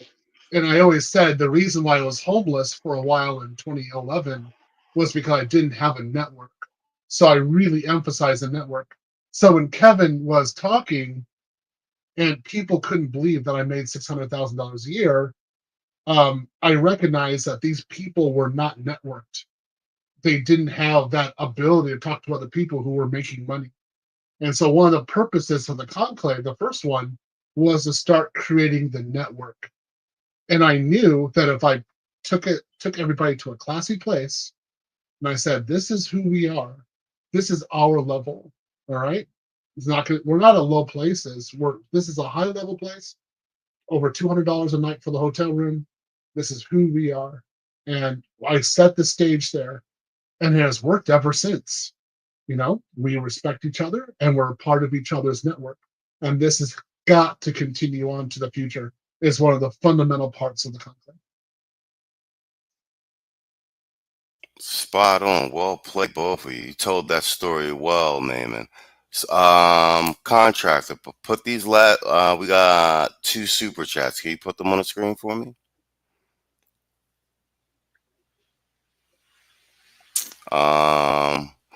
Mr. Irvin Reed with the $5 super chat. He said Theo's level of F all you hoes is over 9,000.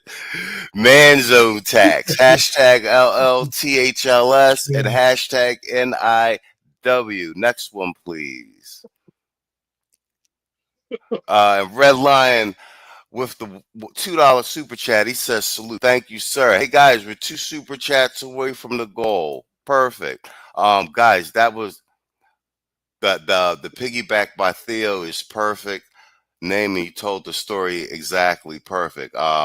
And that's what I wanted to. What Naaman just said. That's and Passport OG put it on the screen too. I had to put it in the chat. He said that nothing is wrong with me is real. Exactly. And that's that's from Naaman's story. And I had wanted Naaman to tell the story. One, because he's Pakistani, he's not an American black, and he was born overseas. And I wanted him to tell that story because it illustrates, like, the propaganda against Kevin and against his influence is that, it was all these broken black men and he's catering to the lowest common denominator. And that's more so because his message was fearful and it was empowering for men in general.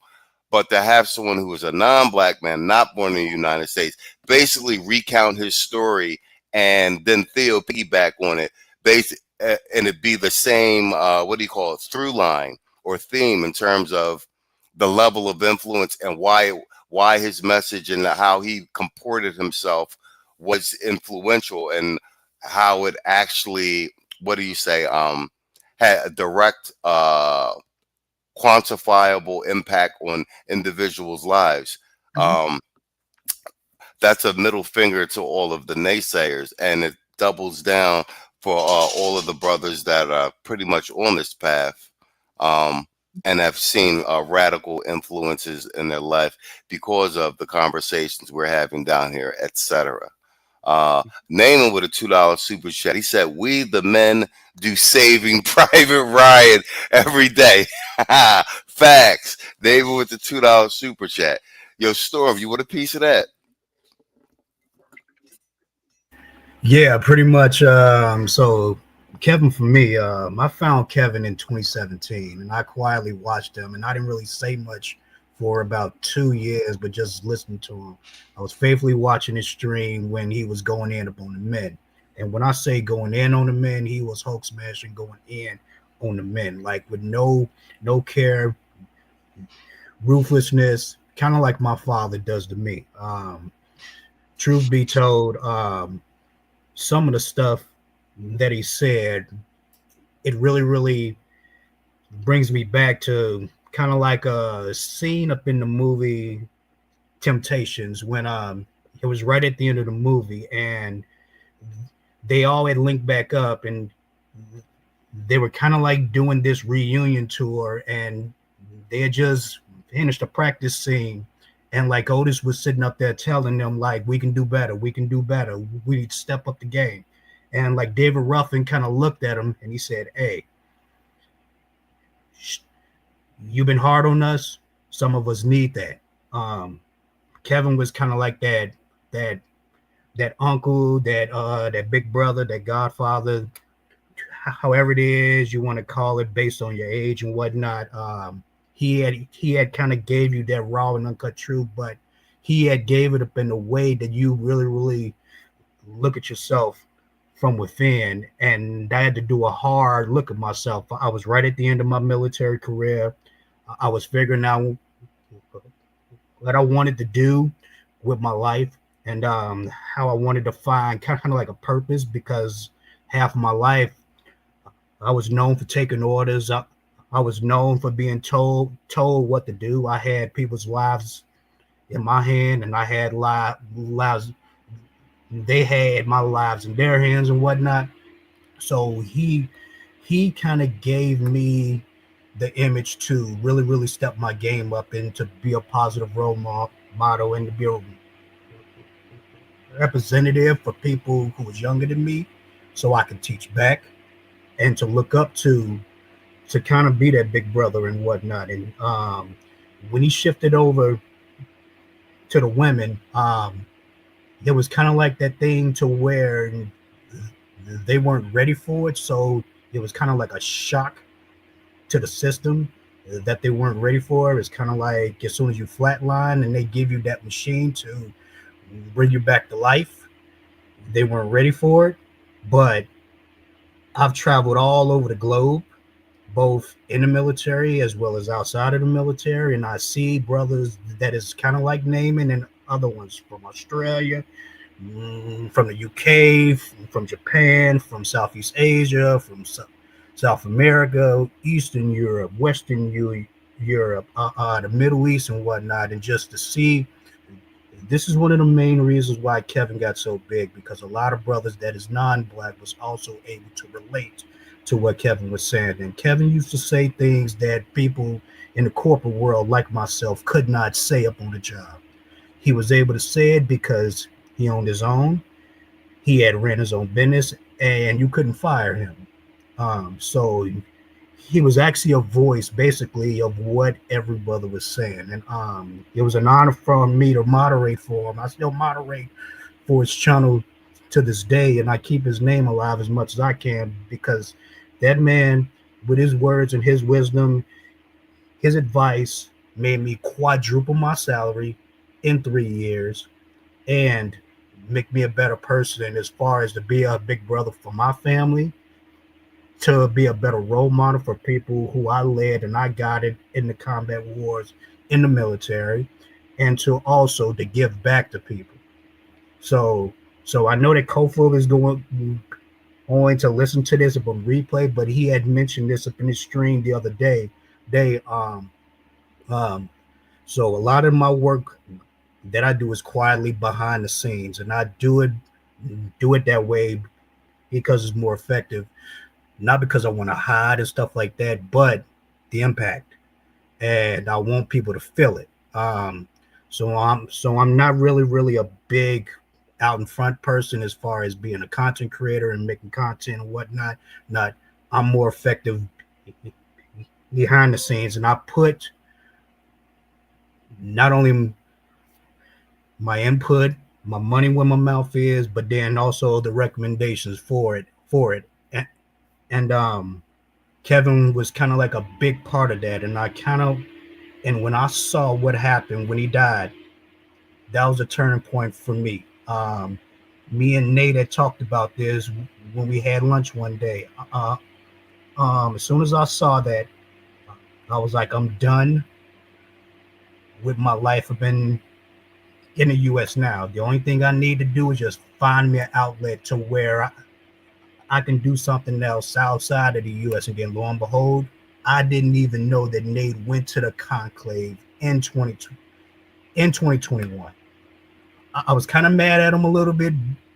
He didn't tell me, but I understand why he had did it. And he didn't know stuff like that. And he didn't even know that I watched the same type of content creators that he did. And then lo and behold, one day, I saw Nate up in Kevin Sandwich chat one night while he was actually doing a stream. And I called him and I hit him up and I was like, I didn't know that you watch Kevin Sandwich. He was like, yeah, I do. And I watch him too. I was like, holy shit. Great minds like think alike. And when I saw what they did to Kevin and how mainly black women showed us their collective asses to kiss after all that Kevin did was just try to help them as well as he helped men, I was like, I'm done. And the conclave was kind of like my opportunity. And once I'm set on something, I don't want to let it go until I see it all the way through. Theo is providing us with an outlet to where we can sit here and escape the matrix. Machismo is living proof, so I got proof sitting right in front of me, Nate's in the chat too. He can confirm this as being one of his original students. So I got confirmation of everything that Theo does. It works. You can see it evidence wise, not on this stream, but I also go back to El Guapo stream right before the conclave it went down. The only thing that Theo did was kind of set the stage and let his students just come up and just tell all their stories. And that pretty much sold it for me. So that's pretty much my evidence as far as Kevin. And I kind of wish I could have met him right before he died. I had a consultation set up with him 2 weeks after he had died, and I missed it. So I was never able to get that chance to at least talk to him, to ask him questions, to have him drill me and dissect me. But what I can do is I can take what I learned from him, and I still continue to learn from his day, because he still streams on his channel, and take what I learned and pay it forward to somebody else. I learn 1 and I teach 10. And I land my plane there. Well played, sir. And I'm going to piggyback on something you said. We're going to roll it over to the naming at the tail end of this contract. You want a piece of this Kevin Samuels thing? As a matter of fact, let's read these super chats before you we hit our goal. Perfect. Let's read these super chats before you piggyback on this Kevin Samuels thing, and then I want to go over to naming, because I want him to tell this. I didn't know this. Since we got Theo up here, I'm gonna double down on this gay bay nonsense. We already did Red Lion.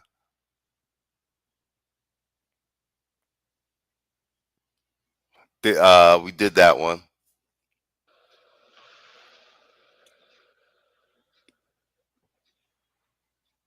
Pull up the next one.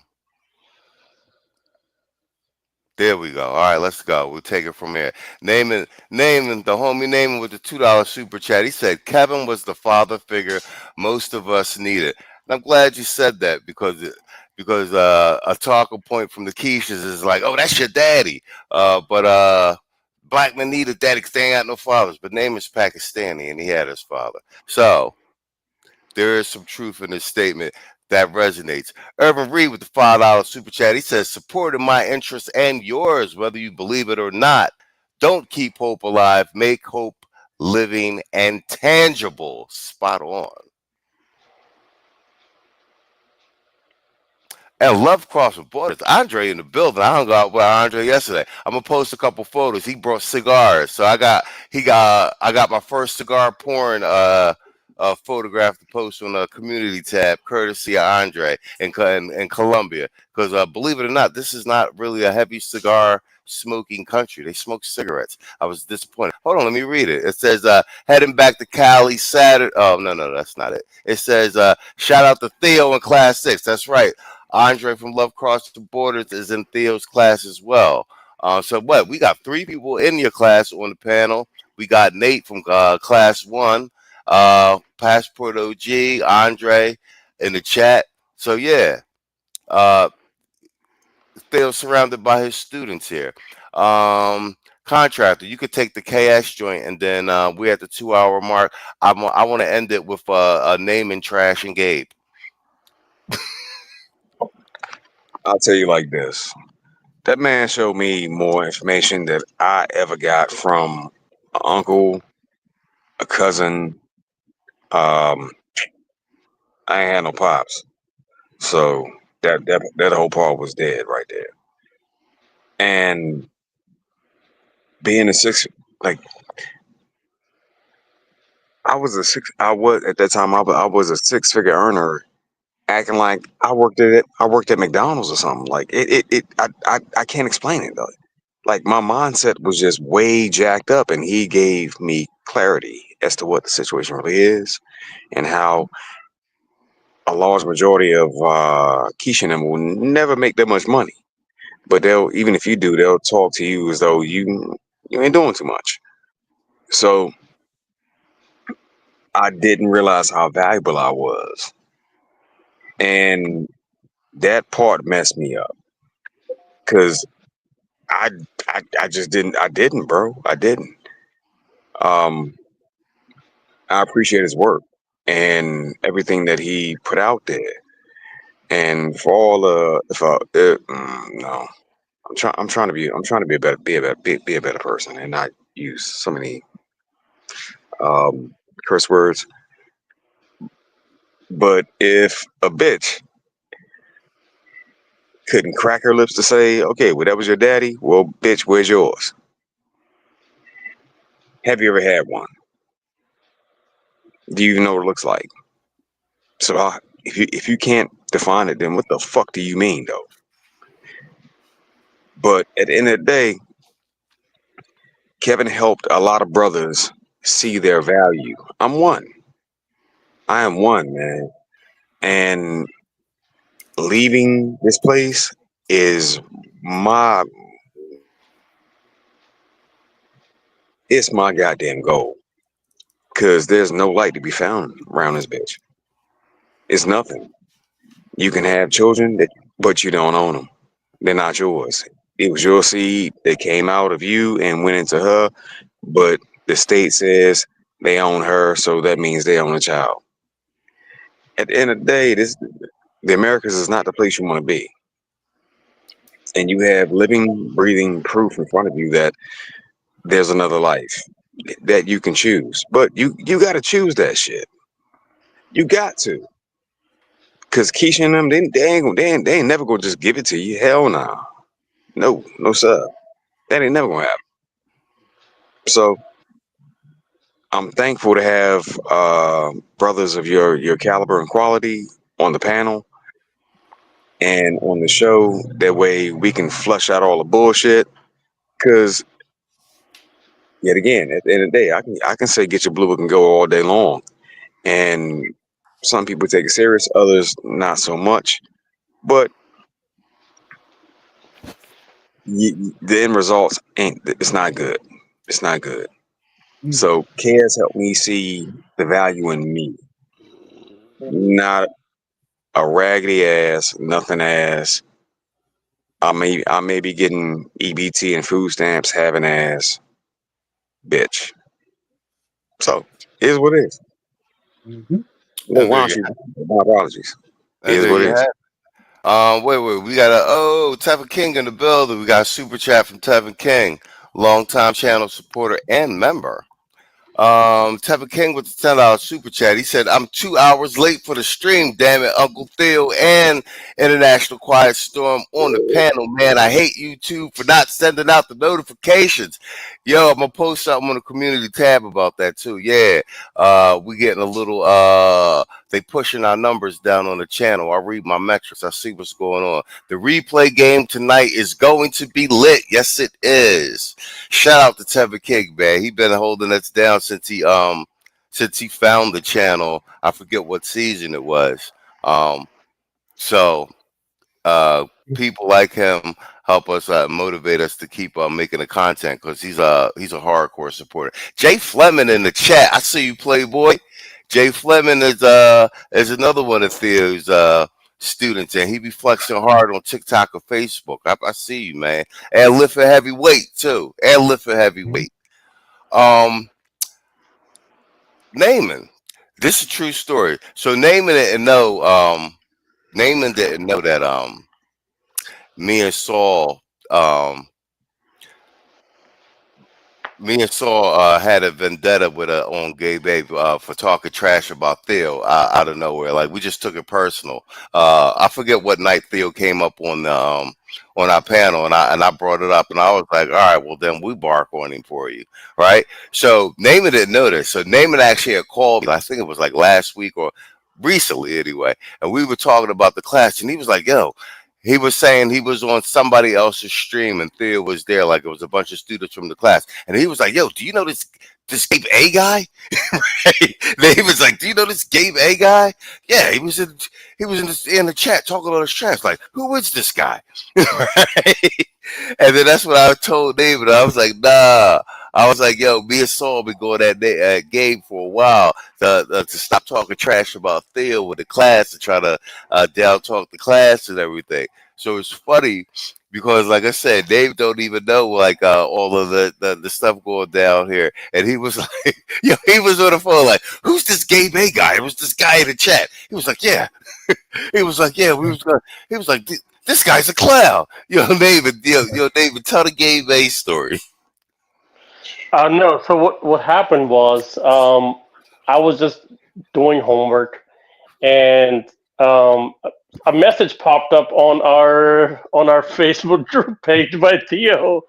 Theo's like, "Yeah, I'm in IP's live stream right now. You guys should come in." And I was like, "All right, let's go see," because Theo doesn't normally like be on Facebook talking about IP. So end up going on to the live stream, and there's this guy just talking nonsense about some CompTIA bullshit.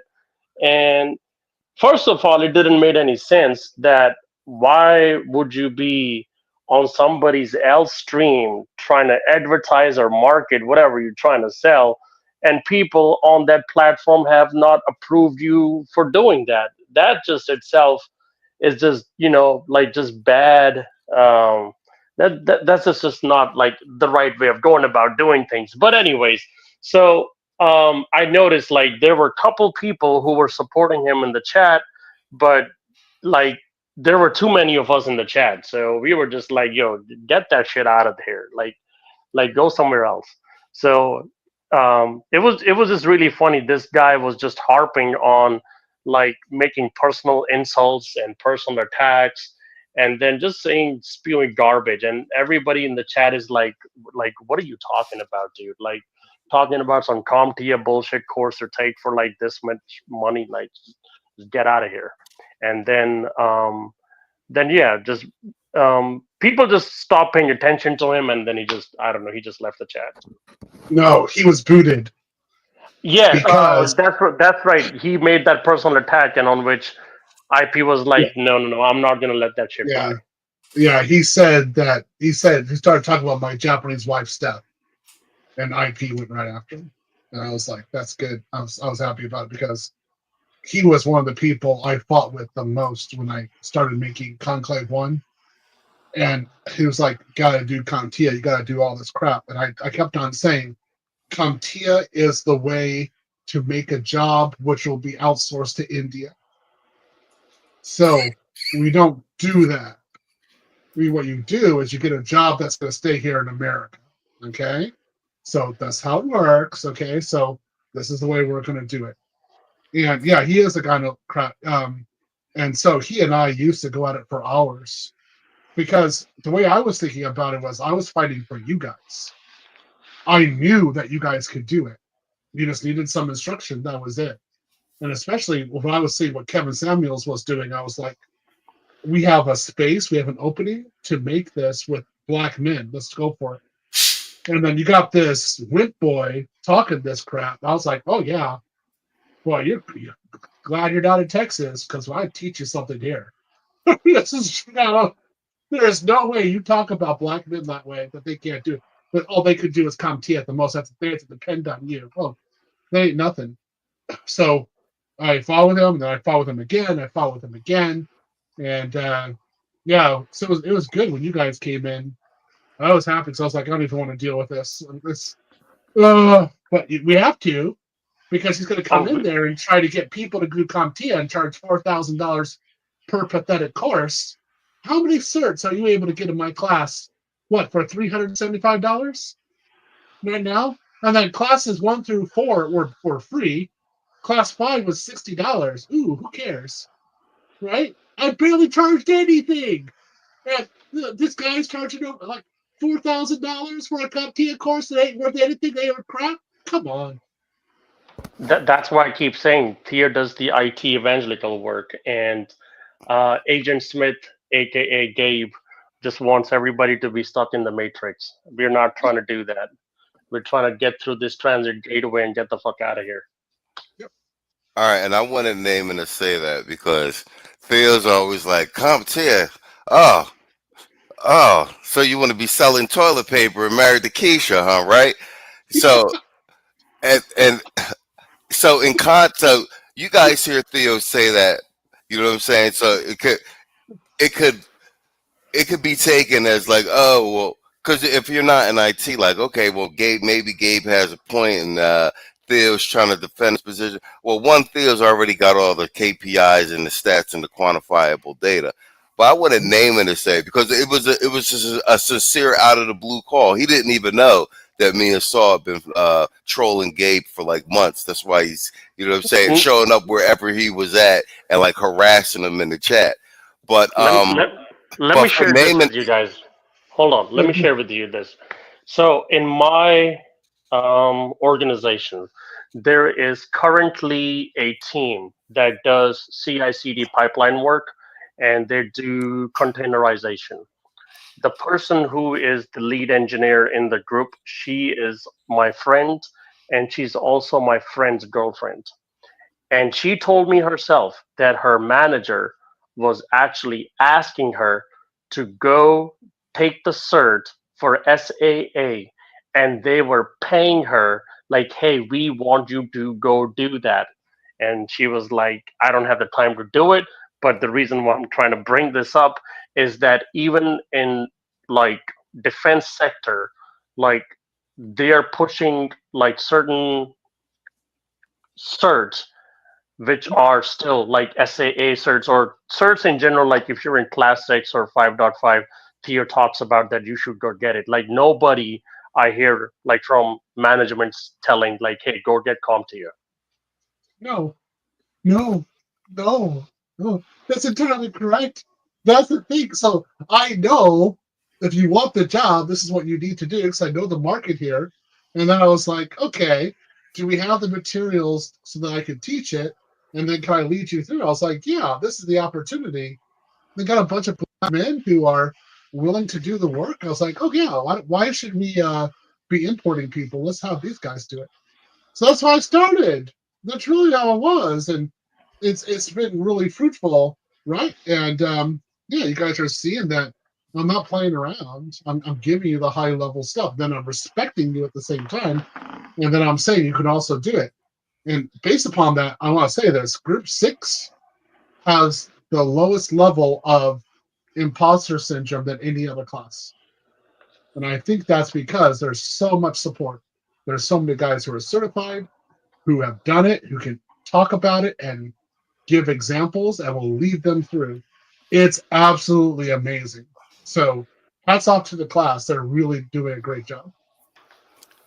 Spot on. And I wanted Naaman to tell the story and to speak on comp. I wanted him to speak with the same disdain for CompTIA that Theo did, so you know that Theo's got no ulterior motive.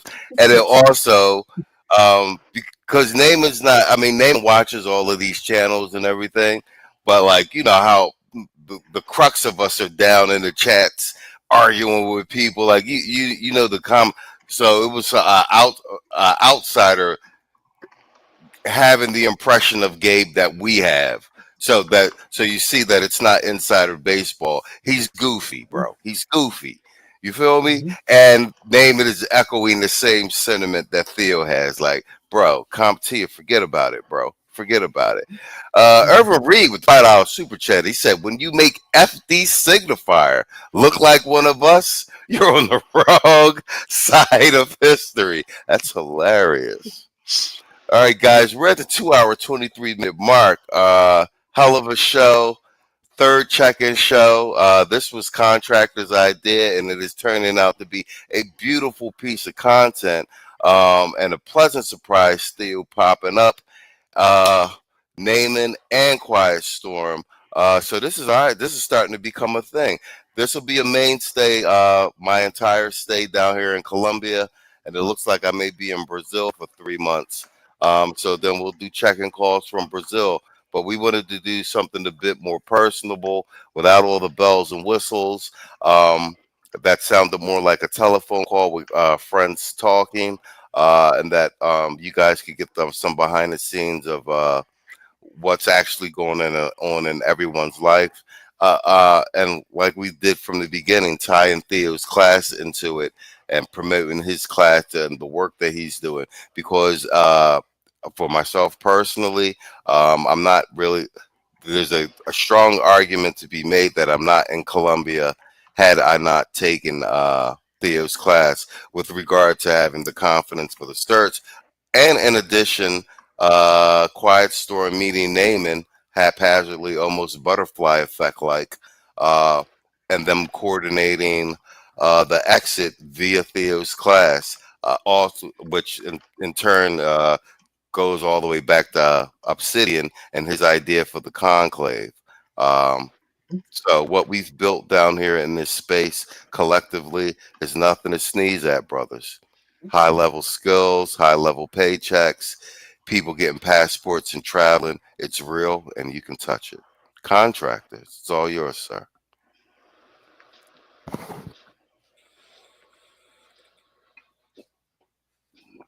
Oh shit. Contractor then dropped off the stream. All right. Go ahead, Naaman. I just wanted to say, one of the things, since I've been watching these streams, that I appreciate you and Contractor doing is to actually bring like regular people on the call, like how we are here right now, because this is the proof of the concept itself that what is going on is just not talk. Like you have people who are here doing this and living it. So it's not just talk that you just log into the stream, just hear people talk about it, but it's actually people working on it, doing it, and living it. So I hope more and more people can come on these streams and give their testimonies and talk about, like, look, this is what I have accomplished, this is where I am, this is where I was. So people who maybe thinking that, hey, I can't do it, I'm not going to make it, life is over, or whatever that they're thinking, that the ditch they are in, that they cannot get out, they can see that and look at, like, okay, it's just not talk, I can do it, I just need to push myself. Hell yeah. I think that's Nate in the chat. Nate said he gonna hop on the panel next time. All right, bet. So he'll hop on the next check-in call. So all right, good. We'll have Nate, Quiet Storm, Naaman up here. All right, that's the mafia right there. Oh, good. Well, Contractor, you back. Good. You can get closing statements for everybody and wind it up however you like, sir. It's your show.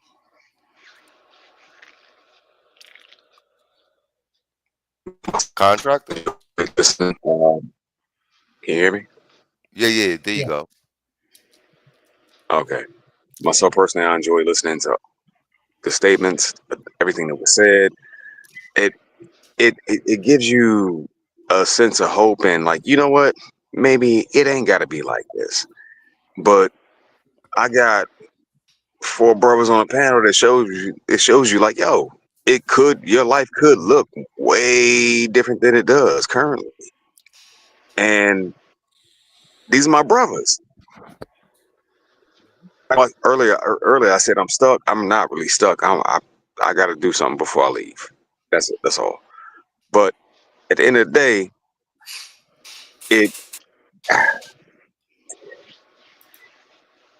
how can I put it? The correct words. It tickles my fucking fancy to shit on Keith. You bitches lied. Y'all lied. Y'all lied like a motherfucker. Y'all lied like a motherfucker. These dudes don't exist. Yes, we do. We do. We fucking do. At the end of the day, all you did was lie. Make you feel better. But Machismo is still down in Columbia. Quiet Storm, I don't know where the hell you at. You be everywhere around the world. Naaman, I don't know where you at. And Theo, I'm not quite sure where you at. At the end of the day, there you go. It's real. And to get on here and chop it with y'all that shit is refreshing, because it reinvigorates me to keep striving harder and not giving up. But Machismo, thank you. Naaman, thank you for telling your story. Quiet Storm, as always. Big bro, it's a pleasure. And Theo, the big dog around here, buying 500 plus $1,000 worth of gym equipment. Yeah, thank you, sir. Thank you. And I Because just want to brothers need add to see it. something. And I just want to add something. As you can see, from class 1 to now class 6 and still growing, I just want to say that as a group, and also you could say as a brotherhood, we are not just growing in one direction. We are growing in multi directions, because there are people who are going to be in Brazil. There are going to be people who are going to be in Colombia. Some people are going to be in like Southeast Asia. People are going to be all over the world. And being a part of a group like this or a network like this allows you that if you travel, just like when you watch those Mission Impossible movies or those super spy movies, that you go travel to another country and you have a whole group of people there waiting, that if you need any support or help, they're there for you. So this is part of the group that the network gives you access to, where whatever you decide to do, wherever you want to go, some of us are going to be there. Yes, sir. Yes, sir. As always, brothers, it's been a pleasure and an honor to just sit back and listen to y'all speak, man. And you're living it and you're walking it. You ain't just talking it, you're living it and walking it every day. And I think that's what a lot of brothers need right there. That example to be put out there for them. That way they can see it. It's real. This shit is real. And myself personally, I think, well, no. I say for next week. That'll start a whole nother conversation. It would be like the other folks 6 hours in and we still talking and shit. Y'all brothers be easy. Have a great night. And I'm gonna drop everybody down and I'm gonna shut the shit down. All right, guys, check and call again next week. And then Sunday, as you guys know, Sunday streams are back on. Thanks, contractor. I think this is actually our best check and call yet. So Theo, you should pop up again next week. And Nate said he's gonna get up on a call too. So you got somebody from class 1. Yeah, this is good. And I really I like the way that we doubled down and put some meat on the bone with what Theo's got going on, because I haven't seen anything like it in my lifetime. And I think this is what do they say? Big things have small beginnings.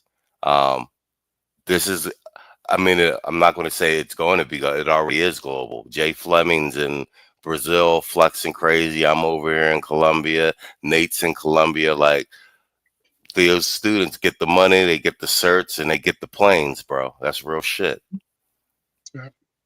Yeah, I'll be in Spain in April and Hell Colombia. Yeah. Hell and then yeah. I'll be in Brazil also this year. So yeah. All right, well, I'm going to have to try and link up with you in one of these countries. Name until we're all trying to time it. Name is going to bed. He's got to get up and go early to work, and he's got his what are your 9:30, 10 o'clock scrum? Yeah. Oh, that's gonna suck. Oh, David, sorry, bro. Oh man. Ooh. Okay. Yeah, we'll just go ahead and drop. So hey, thanks for having me on here. It was good. Yeah, I should go lay down because my abdomen is starting to hurt again. My ribs are starting. All right, cool, man. I'm glad you showed up, and I'll give you the heads up when we do the check and call again next week. Thank you to everyone. See you. Peace, brothers. Peace, peace, peace.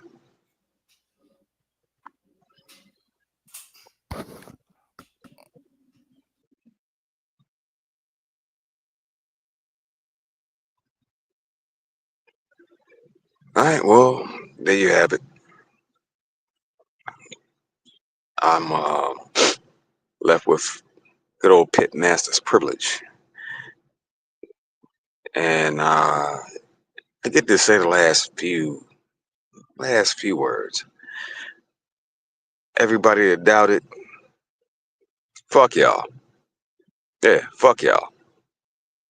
I'm still me. Hold up, Nate. Let me take it down. Let me take it down. I don't even want you associated with the bullshit. Alright, there we go. So, yeah, for everybody that doubted, fuck y'all. My brothers are moving behind the scenes, and we're making shit happen. See, I think part of their whole plan was to keep us fighting and bickering. That way, we don't never get shit accomplished.